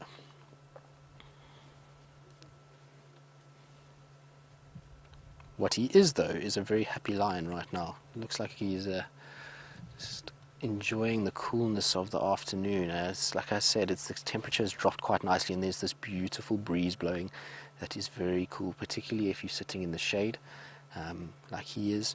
He's going to be very happy with life. Get rid of whatever is troubling him. We're going to go back to James and see what updates he's got. Oh, hang on, let's just see where he goes to here. Busy sniffing around. Maybe we'll even get him sniffing one of the bushes around here and give us a phlegm and grimace that we were talking about earlier. Oh, that skink might be in trouble now.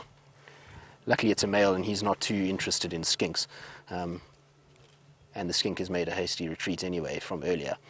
But let's see where he goes. The cubs are very interested too as to where this male is off to. You see them kind of skulking behind there, watching this male. What is this? He's going to another spot to lie down.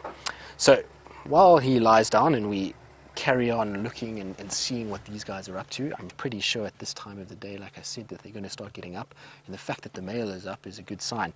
We're going to cross back to James and just get an update for now, and hopefully when you get back maybe the lions will be up and mobile and we can show you a little bit more.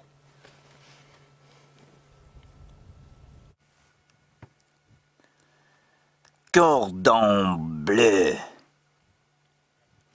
That is a blue waxbill, everybody, and in East Africa, where I spent, well, the better part of 3 days last week, they are known as the cordon bleu. And there are a number of different kinds of cordon bleu that you can get there, Brian. And the great advantage of having a bird that is called a cordon bleu is that you're able to say. Cordon bleu. Exactly. And this is a wonderful flock. They're all trying to find the last bits of seed there in the seed bed. Oh wow, look at that, isn't that beautiful?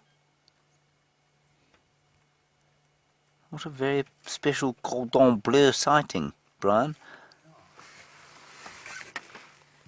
Look, even their beaks are slightly bleu. See that? Mostly black, but a little bit bleu. That's a female we're looking at there, and the male is a lot more bleu than the female. The female is very pale bleu. The male, a bit bleu.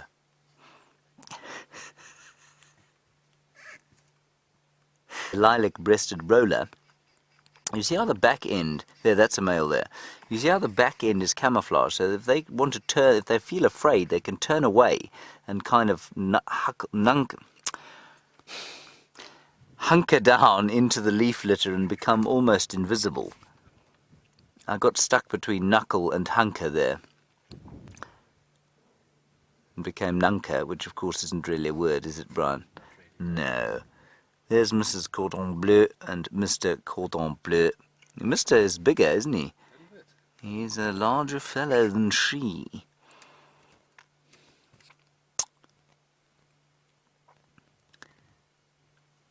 And all birds, basically, at this time of the year will eat whatever they can find. So they'll eat ants if they can find them on the ground there. They'll eat termites if they can find them. But as I've said before, the cordon bleu does know where to look. You can find some seeds to eat, but I think they're probably, because they're underneath the bushes there as opposed to out in the open, I think you'll probably find that they're looking for ants.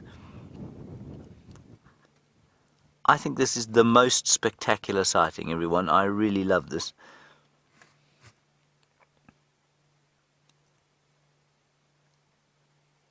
And as you say, Kathy, that blue is really exquisite. Now, I'm no artiste, and I don't know, I would just describe that as light blue. I'm cobalt. Is it cobalt? Thank you, Brian. Brian reckons a little bit lighter than cobalt.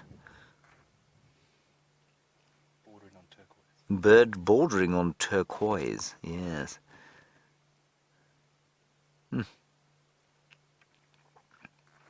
Just a little flash of colour. I suppose it's much like that little flash of green there.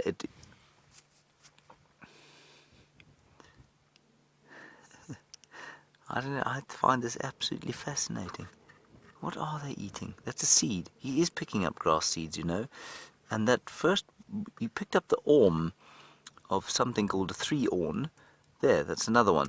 It's an Aristida grass species. The awn, that's the sort of long bit there, isn't the seed. The seed hangs underneath the awn. He looks like he's had quite a lot to eat, doesn't he, Brian? A very good Sunday lunch, as that cordon bleu had.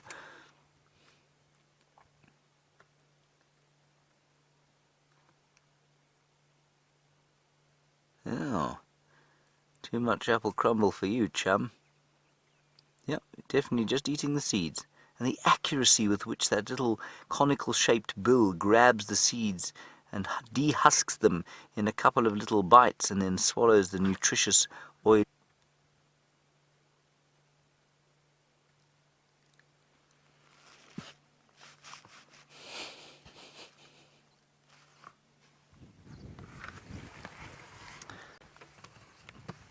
Hello, Run Far Away Billy Blues. That's a quite astounding name.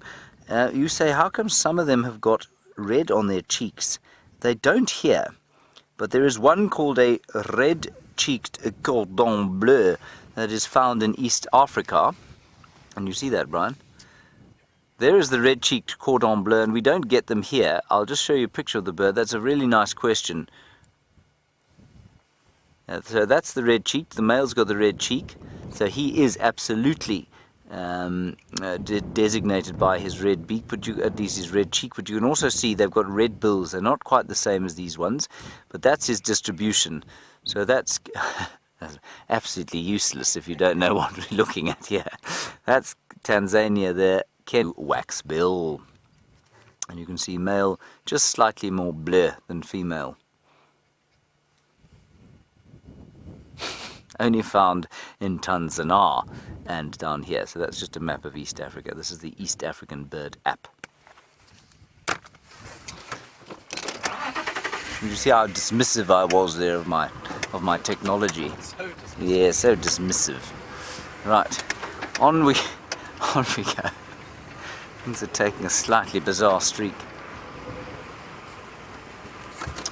Now, Helen, you see, this is a very good question from you, and I don't know the answer, in the same way that I don't know the answer, and I have yet to hear anything satisfactory about brightly coloured.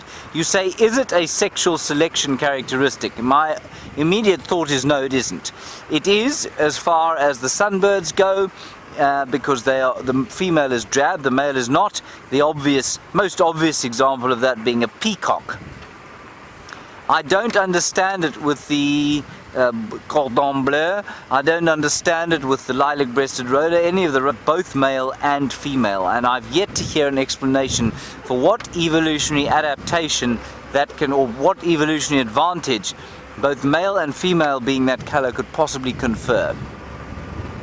I've read one or two sort of ridiculous theories, many of which are much like the theories that are put forward for why zebras have stripes. Most of them you'd have to be fairly well oiled to believe. Ooh, a great number of dwarf mingoose. You see them there, Brian? Yes, just in front of the aerial there. That's a lovely kind of metronomic feature we have on the vehicle. And the fork-tailed drongo, whose forked tail is not a sexual selection characteristic. For example, that forked tail is purely there because it's very effective when it spreads. It's a highly They're amazing birds, as you know. They're very common, they're very aggressive, and they're very fun to watch. Isn't that nice? And this beautiful red eye. The second bird we've seen with the Shiraz red eye today. The other one being the shikra, who's building a nest on Zoe's Road not too far from here.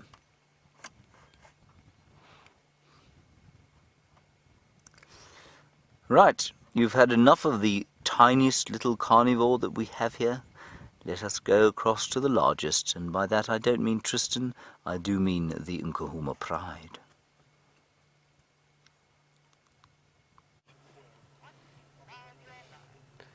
Well, thank you, James. That is very kind.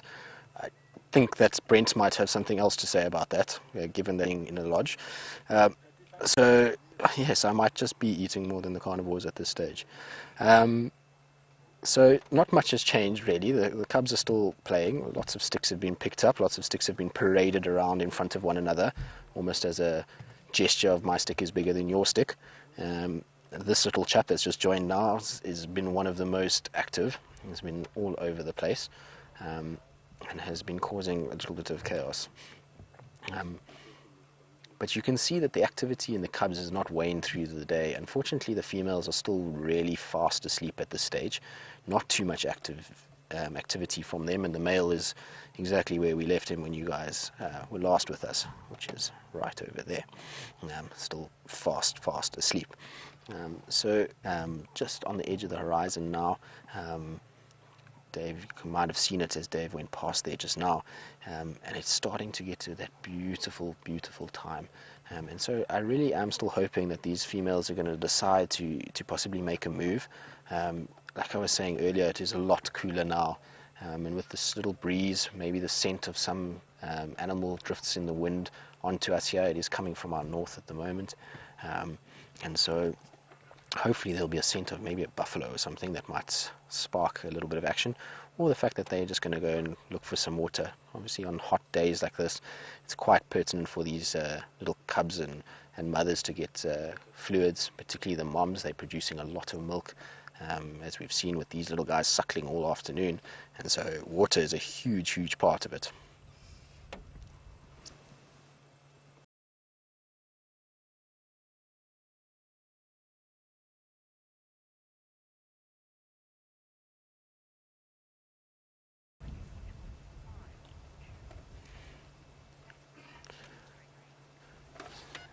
Gregory, I am so glad that we can form part of your bucket list. I think for many people out there, safari is on the bucket list, and while it is amazing to be able to come out here in person, for you guys to be sitting here and joining us live and having this interactive experience is something absolutely phenomenal. I was saying earlier that I really can't get my mind around it. The fact that we are broadcasting all over the world and people like yourselves are able to watch this is just absolutely amazing. So, I'm glad that you're with us. I hope you're enjoying it. It's been a beautiful afternoon with these lions, and I hope for one day that you will be able to achieve your bucket list and come to Africa on your own accord and come and see these animals in real life. But for now, we are happy to have you with us and hope that you will stay with us going forward and continue to watch as this pride develops, as well as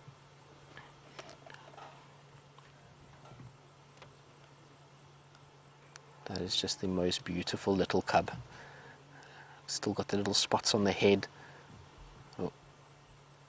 Oh, what do we have there? A stick by the looks of it again, which is being moved around by the cub in the background who's playing with the stick. So we have lions on each end of the stick at this stage, and another bundle of them over there, which are still having a fantastic little game. I wish I had the energy of these little guys. They seem to never stop. They just go and go. I would imagine that's because they're getting a lot of nutritious milk from these females at the moment, and so energy abounds, and also youthful exuberance. They have not yet learnt to sort of energy playing. The females tend to sleep like that just to conserve what energy they do have, so when they are hunting, which obviously requires huge amounts of energy when they are sprinting and chasing and wrestling with animals, and so that's why they tend to conserve. And the cubs don't have that problem, so they can expend their energy in the forms of games. And like I say, that poor little stick has got a lion on each end of it. I would not like to be that little stick right now. My stick. We are now going to have a war over the stick. And there we go. As you can see, there's no respect for personal space here when it comes to the stick game. Stick game means that everybody gets involved and we all pull. And whoever is strongest and biggest should win this game. And oh, lost grip there. Oh, there's a tail emerging.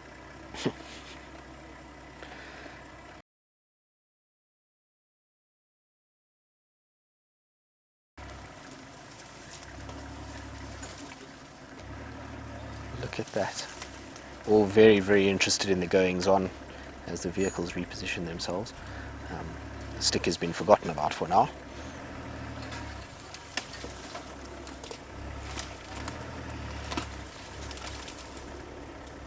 Look at those little eyes. Oh, isn't that a most precious moment? They've just kind of locked onto one another, and oh, now I got the one by the cheek. Look at that. Isn't that incredible, guys? No, you will not bite me. Uses to try and push the opponent away using their hand, and that was quite a successful one, I would say. Don't you just love how even when they are not really focused on the game, that they still push their paws into the faces and end up.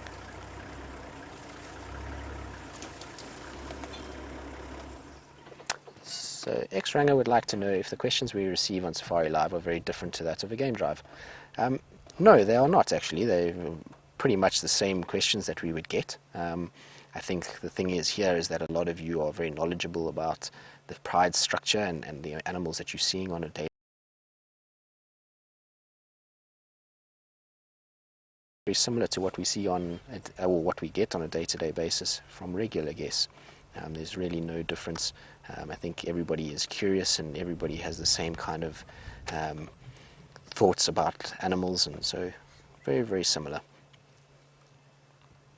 And isn't that just the most amazing thing? We're on our back, legs all in the air, stick in the mouth. That is just pure heaven. Blissful moment right there. Okay. So we're just going to move forward slightly. One of the other vehicles is going to just come in behind us here.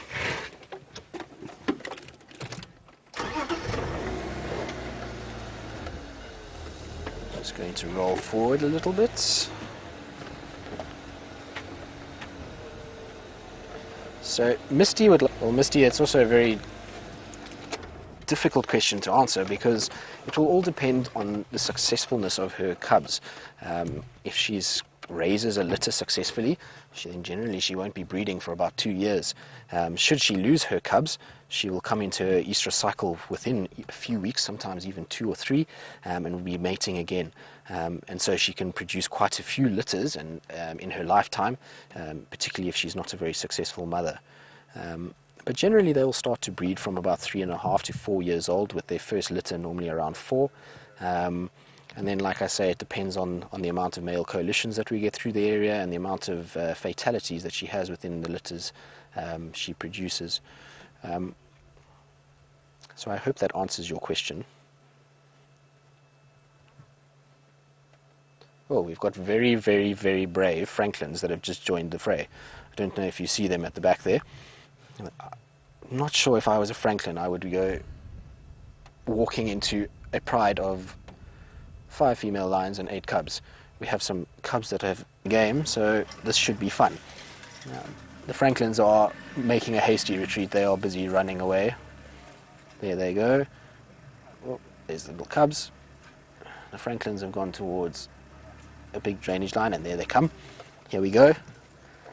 Now you can see, even at little cubs, the instinct to chase and to move after moving things is there. Now it's all probably more game than anything else at this stage. I don't think they're really hunting, but the instinct to chase moving objects has already started at such a young age. It seems like the Franklins have disappeared into a little deep gully that's full of prickly, spiny trees, and so I think that cub has thought better of it and has just stopped on the bank there. But that was quite interesting. Like I say, a very brave set of Franklins.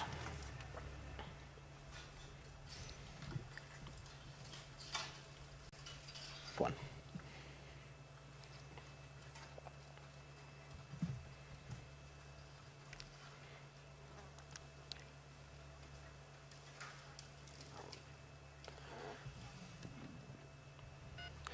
Alright, so Haley would like to know, what is one of my best sightings I've ever experienced? Well, Haley, I can tell you that I've been fortunate enough to see many, many, many interesting things in my life. But since we are sitting with lions, I think one of my favorite sightings that I've ever had was when I spent some time with a lioness in the south of the Sabi Sands. She has a name, she's called Floppy Ear. Now, Floppy Ear is a very, very special lioness. She often spends a lot of time on her own.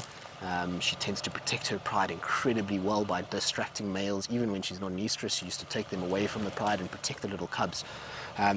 And so when I was working down at Lion Sands in the southern part of the Sabi Sands, I got to know this female very well. And as with all things, my time with them started to come to an end, and I had this floppy ear female for the previous weeks, and she had been looking like she was pregnant, but not heavily.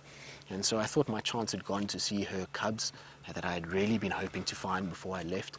And on the last morning, she was called in with the pride. Now, they were all sleeping, and it didn't really seem like much of a sighting at that stage. But as I got to the sighting, she decided to stand up and started to move. She started moving very quickly.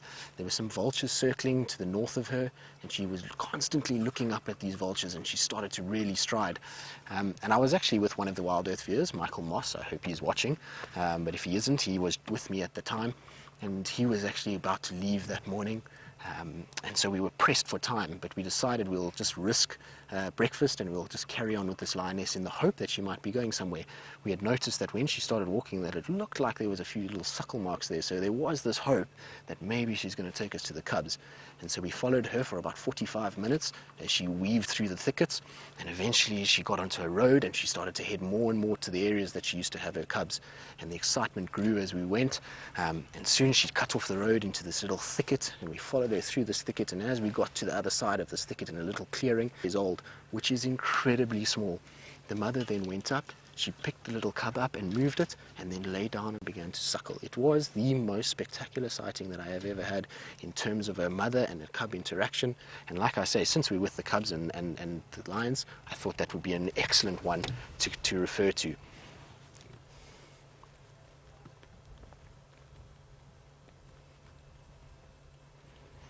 But yes, I think any time spent with little animals is always a highlight for me.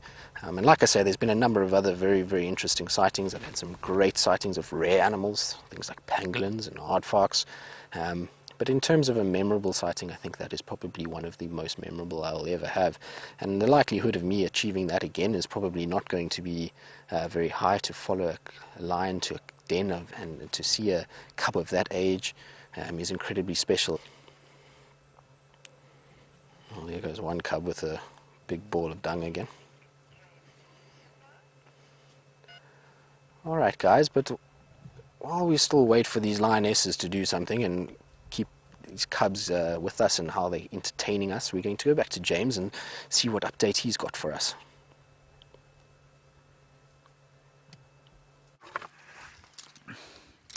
Well, you won't believe it, everybody. We found another hippopotamus. Such is our unspeakable skill. Isn't it amazing, Brian, how skillful we are?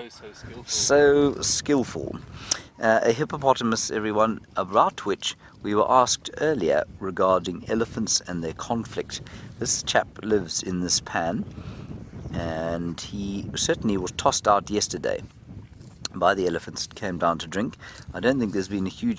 On his back, there is an injury, possibly brought on by his exposure to the sun and feeding from the trough formed by that injury, an oxpecker having his Sunday dinner.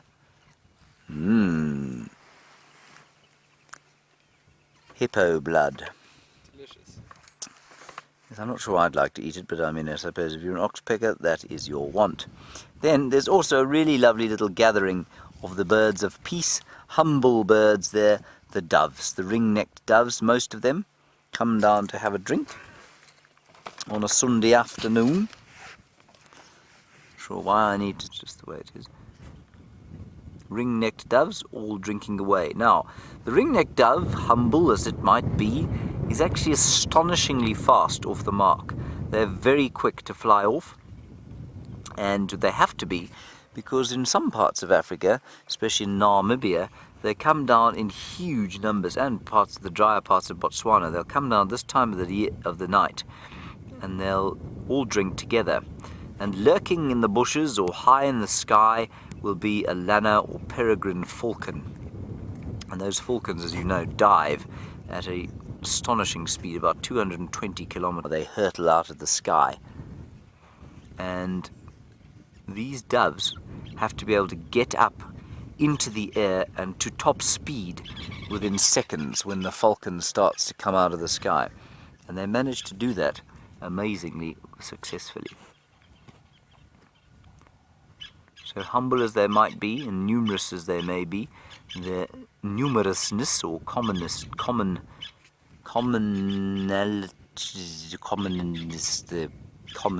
fact that there are lots of them. The fact that there are lots of them is a testament to the fact that they are very speedy and very effective at staying out of harm's way.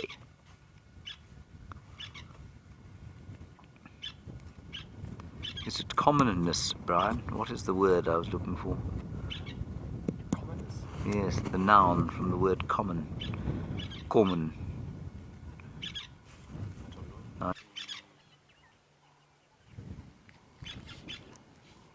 Hello, Benjamin. You want to know when the migratory species of bird come back? Benjamin, they come back at 11:30 on the 8th of September, all of them. I'm obviously being completely facetious, Benjamin. They come back in drips and drabs from about now. So we've just had the Wahlberg's eagle back. That's normally the first. We've seen 2 or 3 of them. They were the first ones. The woodland kingfisher, which is our favorite, or one of our favorite migrants, the harbinger of the summer, come back as late as November. This last year, 16th of November, they came back. And in between that time, we'll get all the bee eaters back. Some of the other kingfishers will come, the steppe eagle, the lesser spotted eagle, the redback shrike, the willow warbler, and various other kind of November time is when they'll all come back. I don't know if any bird will actually arrive at 11:30 on the 8th of September, but it is possible.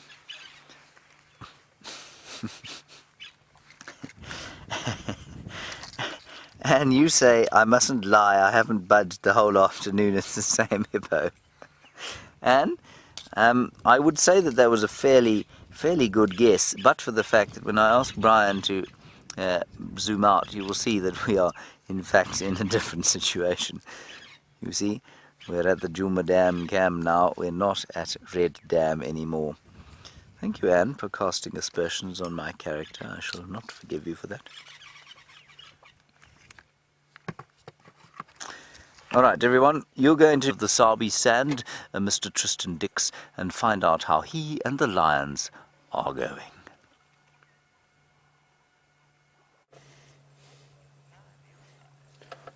Well, thank you, James. I'm not sure what to take from this. I've been called a youngster and now I'm a veteran. So I'm a little bit confused, but James and I will sort that out later. Like I say, we'll have a little discussion. But as you guys can see on your monitors there is the most spectacular colors illuminating the sky at the moment. The sunsets mixed with the dust from the drought that we've been having, as well as some fires in the far east outside of the reserve, have caused these colors to really come alive. It is absolutely beautiful. And as we come out there, you can see the deep blues are starting, and slowly but surely the night is starting to set in. And look at that, isn't that the most beautiful sight? That, accompanied by what is lying beneath that sun,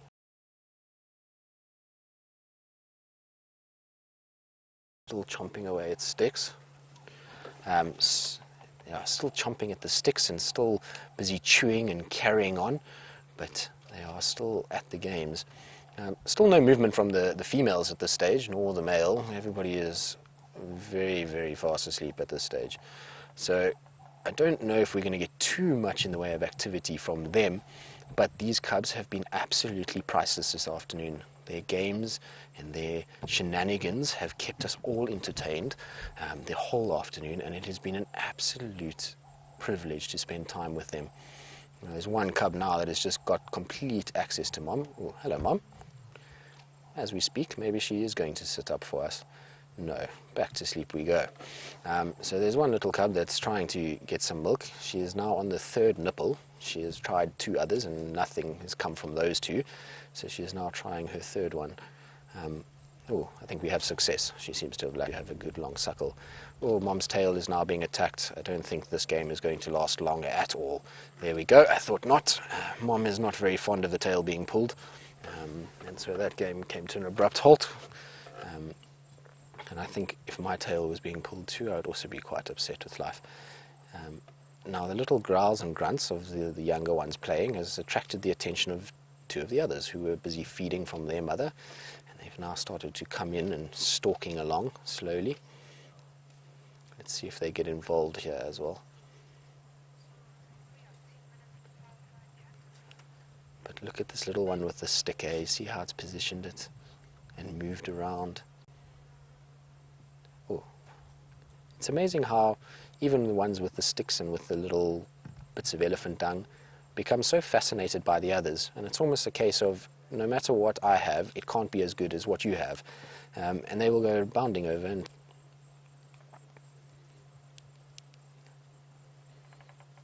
there we go, case in point right there. Look at that.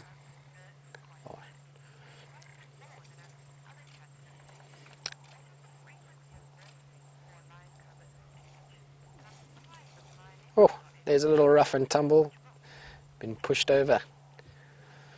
So James would like to know, he's asking, these lions tend to be suckling quite extensively. So they are going to the mother fairly frequently and they are suckling quite a lot. And he would like to know what is the frequency that cubs normally suckle at and how much milk they will consume and whether or not the female has enough milk to feed the cubs all the time. The answer to that, James, is that these females, being healthy adults that are getting a lot of food, means that they are producing quite a lot of milk. How much milk they are producing, a little bit, and then they actually just sit there taking a break as they digest the milk that they've taken in. And so it will depend on the amount of food she gets, the amount of water she has available, which will dictate how much milk she is producing for the little ones. Now, we've seen these guys suckle quite a lot this afternoon, as you stated, and the reason is that probably during the hot part of the day, these little cubs didn't actually feed too much. So it was too hot. The females were probably quite irritated at that stage. And so after the initial feeding from this morning, when the cubs would have had a good feed around sunrise, I would imagine that there's been a lot of sleeping. And so this is now just because it's getting cooler, the cubs are going to have their next feed for the day. And so generally they actually don't suckle that much. We've just been very fortunate that we've watched multiple bouts of suckling this afternoon. You know, a lot of the other lions that I've seen, sometimes they'll just suckle once for the afternoon and that will be the end of it until the following day. But these guys have been lucky. Mom has been very tolerant and produced quite a bit of milk for them this afternoon. Look at that. So we've got the cub on the mom's face, the paws are in the air. Isn't that just spectacular? The paws giving a nice indication of the size of the little cub as well as the affectionate behavior of being wrapped up in mom's arms. And look at that, we've got a little hug going on. Oh, we're biting mom's paw. That's naughty. We've ruined a nice picture. And mom is now rolled over. The other one that was suckling is not impressed, but no matter, we'll just climb over mom and start drinking again. But isn't that spectacular, eh? We are so fortunate just to be able to watch this and see these mothers interacting. Oh, jungle gym. Look at that. So Dark Knight would like to know how often these lionesses hunt. Now, Dark Knight, that is a very, very good question, and it is one, again, that can be quite relative to the area. So obviously it will be quite dependent on the amount of food that they come across, and also being the fact that they are opportunistic cats, they typically will take any opportunity that they can get. But if we had to average out the amount of days that they will end up hunting, it would probably be about every 2 to 3 days that they will hunt. Sometimes it can be more than that. And in conditions like now where we're having this drought and a lot of the animals are suffering and are weak in state, the lion stage, particularly with a pride like this where you've got 5 adult females and these little cubs like we were talking about that are taking a lot of nutrition through suckling, they will end up having to require quite a lot of food. So I'd imagine that they would be typically hunting most nights at the moment, and if the males are with them, even more so. Right now though, it doesn't look like any hunting is going on. As females are fast asleep at this stage and are really not too interested in doing too much. But I am sure there's plenty of time for that. The nights are still long as we are still kind of easing our way out of winter.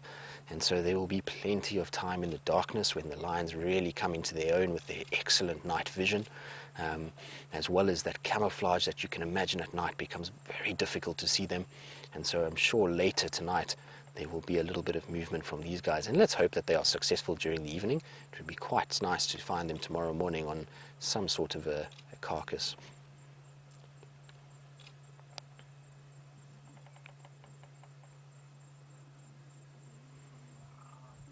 But I would imagine that before any hunting takes place, due to the, like I was saying to you, the amount of heat that we've had today, I'm pretty sure these lionesses are going to make their way to the pan in front of Djuma. So those who are on the Djuma pan cam, keep a lookout for these guys tonight. I'm pretty sure they're going to rock up there.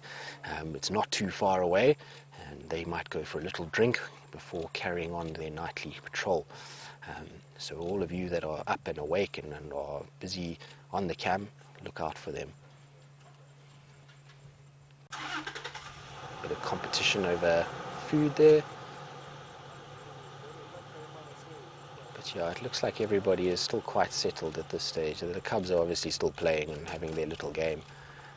There's a little group on the right hand side of the female that's having a little bit of fun there. Unfortunately, it's a little bit behind the tree, so we can't see too much. But yes, they are busy pulling at one another. Look at that, one is being dragged by its neck by a smaller cub. I don't think that is going to last very long. I'm pretty sure that bigger cub, if it has to stand up, will send the smaller one running. There we go.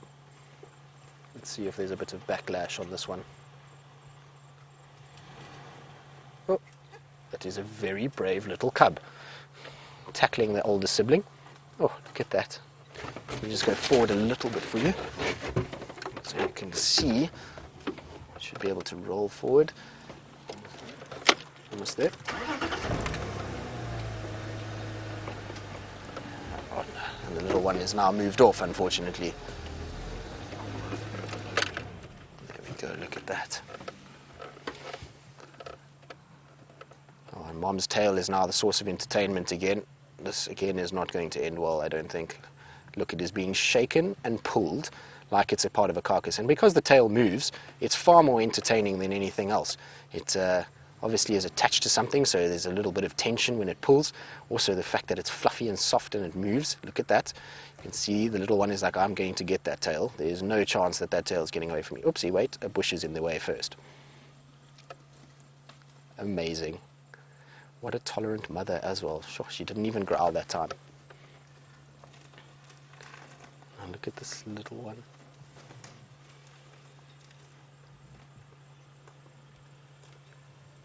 Oh, what have we found there?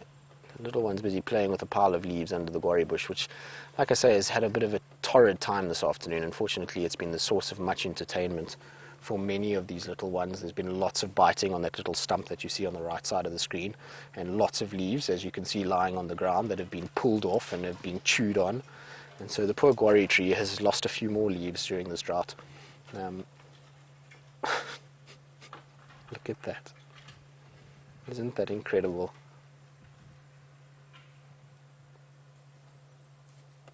It's got to be one of the cutest sights. A little lion cub playing with leaves. I'm quite surprised because those leaves, which are from the guarri, tend to be quite tanninous. And so they tend to be very bitter in taste. That's why we see a lot of those green leaves. You can imagine in the drought that all the antelope species are looking for green leaves as much as possible, yet these are still quite prominent, and that's because they are very bitter. And so I'm quite surprised that this little cub has been chewing on them and hasn't really found them to be distasteful, although now we've turned our attention back to the stick again. But isn't that just the sweetest, sweetest little face? Look at that.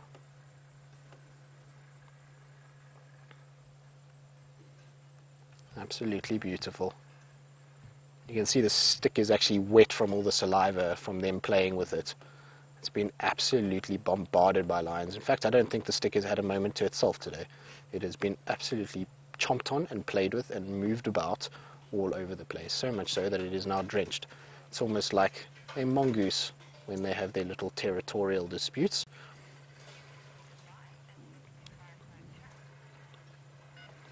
Alright guys, and so as we say goodbye to these beautiful, beautiful, beautiful lionesses, I'm just going to say thank you very much for all of you that watched today, and for having me on the show. It's been an absolutely incredible experience. I've loved every minute of it, and to be able to spend time with these cubs has been absolute, and hopefully see you guys again. And we'll be linking across to the fireside chat, and I hope you guys have a wonderful evening with Jamie and James at the fireside.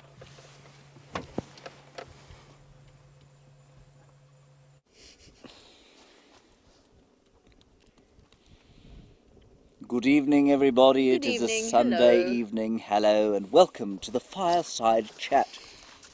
I just thought we'd do a slightly different beginning there. Were you very comfortable? No, your head I hanging off the was log? in fact massively uncomfortable. I thought of lying my head in your lap, and then I thought that will be what they term orkies. Yes, Yes, thank it you would for have been. not. Yes, marvellous. Okay, on with that. Wonderful to have Tristan with us today. And I believe he was very amusing, and indeed I've no doubt he was massively informative. He's very experienced, and it was wonderful to have him on drive with us today. Quite lots of smoke blowing our way. Jamie Patterson, if you're wondering what she did this afternoon, well, she was knocking about the place doing some filming for your superhero The shots. superhero shots, yes. Did it's you- my favourite thing in the whole wide Yes, world. yes, Do because you enjoy are it. such a narcissist, of Yes, course. I really yes, it's unlike very me. comfortable. And okay, did you look heroic? I think so. I think with Jean-Dre filming, anybody looks... It's just so emotional. The Was it? tears are streaming from Yes. my eyes. You I'm were sure I so- looked suitably heroic, You were yes. so heroically super It was just that too you are much. now crying. Yes, I'm Would now you like to sit overwhelmed on by this the side of me? emotions. No, I think, well, I was okay up until about 2 seconds ago when Okay. it gusted All right. into Well, my you face. just suffer through it then. Okay, I'll do Now, everyone, we've got two main themes for you today. The first being the Mara. Now, the Mara I went to. I have now been described by some of our viewers as the Mara expert on the back end of 2 days there. I'm not an expert on the Mara by any stretch of the imagination. I am, however, utterly astounded by it. And if you have a look at this next clip, you'll see why. Here we go, everybody. They're coming. Oh! I cannot believe this. There's a little one. So it's not that easy for the croc. He's grabbed one. That is a massive crocodile, everybody. It's got to be at least 10 feet long. He's grabbed one by the tail, by the leg now. He's grabbed it. He's got it by the tail. And we'll just see if we don't see one. Here he comes. Here he goes, straight for one there. Oh, jeepers. This is unbelievable. There, he's got one. No, it's got away. That crocodile's the biggest crocodile I've ever seen, everyone. And there are many of them here. Zebras have thought no ways.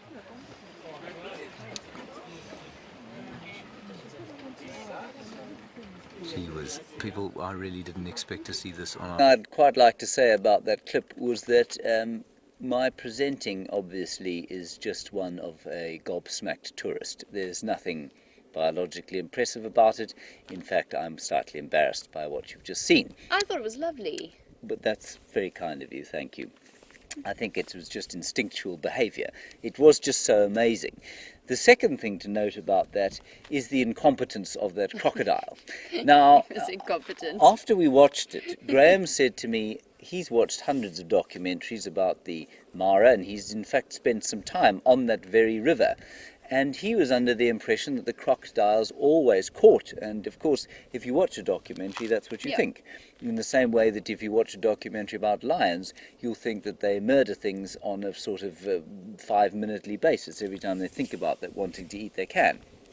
Anyway, the next we watched the same kind of thing happening, except that the crocodiles didn't... Excuse me. The crocodiles didn't miss at all. They nailed 3 wildebeest and 1 zebra in the space of not very long at all. I too was overcome with emotion by these scenes. On the subject of being overcome with Yes. emotion, Thank you. James Richard would like to know if you have a wish list for your return. Apart from being able to breathe and see, yes. which is high I priority. do have a wish list. Our big priority for the next trip there, of course, which will be at the end of the month, is to try and get hold of a lion kill live at night, and that's what we're going to be trying to do. I don't think it's going to be easy. We don't know anything about the lions. The information coming in on the different lions of the Mara Triangle is fairly sketchy, and it's because it's so big. There aren't anything like the number of tourists concentrating on the actual prides like there are here. So I think that's going to be very difficult, but I also think that it will be remarkably rewarding if we can actually do it. So that's great. And I was just saying, of course, we're not exactly sure how it's going to work yet, but there will be nighttime running here at the same time as there's nighttime running over there in Kenya, and that's because, you know, that'll just give us some variety. And I said to Graham while we were there, I said, watch the Nkuhuma Pride pull one out of the box while we're all the way in Kenya trying to film a lion pride killing at night. Understand why they do that, because as far as I understand it, nobody really gets why those animals cross the river. And as I said while I was there, it's quite important to note that they don't just cross once. They go up and down across that river because the northern section of that Mara Serengeti ecosystem is kind of cut into a third and two-thirds by the Mara River. And the animals go across it hundreds of times over the course of the 3 months that they're up there. So that's very odd, and nobody really understands why. Have you been there? I haven't been there, no. It's high on my list of places to go. What about it do you think attracts you? I'm sorry. It's quite all right. It's the emotion that again. emotional subject bubbling up. to the surface. Yes. I think it's the space and the numbers of animals. Just from the experience that you seem to have had and what I've seen from it. That's high on my list of places that I would like to go. It was certainly one of the most amazing things for me to see is the sheer expanse and the vast number of animals. We see a wildebeest here, we stop immediately, we do a segment on it. Absolutely. There you wouldn't drive more than maybe half a mile in the space of 100,000 segments because there are that many animals to see. Well, thank goodness for that crocodile. Animals to eat. I suspect he'd have starved a long time ago. All right, let's move on to our next clip and a quite astounding sighting that Jamie had the other day. Would you like to just tell us a little bit about it before we begin? No, before we go into the clip, I think those of you who were watching will know over the last week will know exactly the one that we're talking about, which involved 5 different leopards, 1 hyena and 3 wild dogs. So have a look at this. Karula's no longer alone for 2 reasons. One, the cub is there. One, Tingana's just arrived. Shadow is Karula's daughter. We spoke about sharing kills before, so there's not a major threat to Karula or her cubs in this scenario. It's just a fascinating situation. Here's Shadow looking slightly with her nose out of joint, as if to scout the scene. A hyena at the base of the marula tree, and a shadow lying right in front of it, which we often see with leopards and hyenas. And all along, the winner of this particular scenario rests, if not comfortably, then perhaps precariously, on his marula tree. It is now obviously very, very dark. We will be leaving the sighting as soon as we've finished off with our sunset safari. Wild dogs. There's wild dogs in this sighting. I don't believe this. Run, Shadow, run, Shadow, run. This is absolutely phenomenal. We can't move just now. We need to give these leopards space. Run, run, run, run, up. Good girl. Gracious me. One of the most extraordinary sightings. I'm speechless. Apparently you guys are all speechless. I'm speechless too.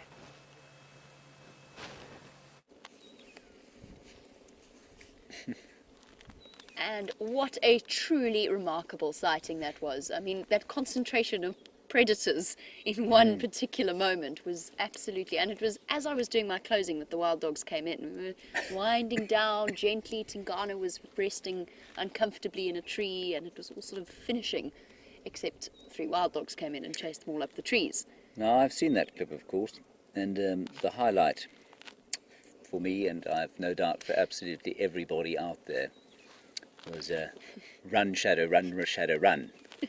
which don't was think I'm said ever going to leave. with such poise and such determination, and indeed inspired the leopard to leap up a tree and escape from the wild dogs. It was very genuine at the time. I was quite It was terrified.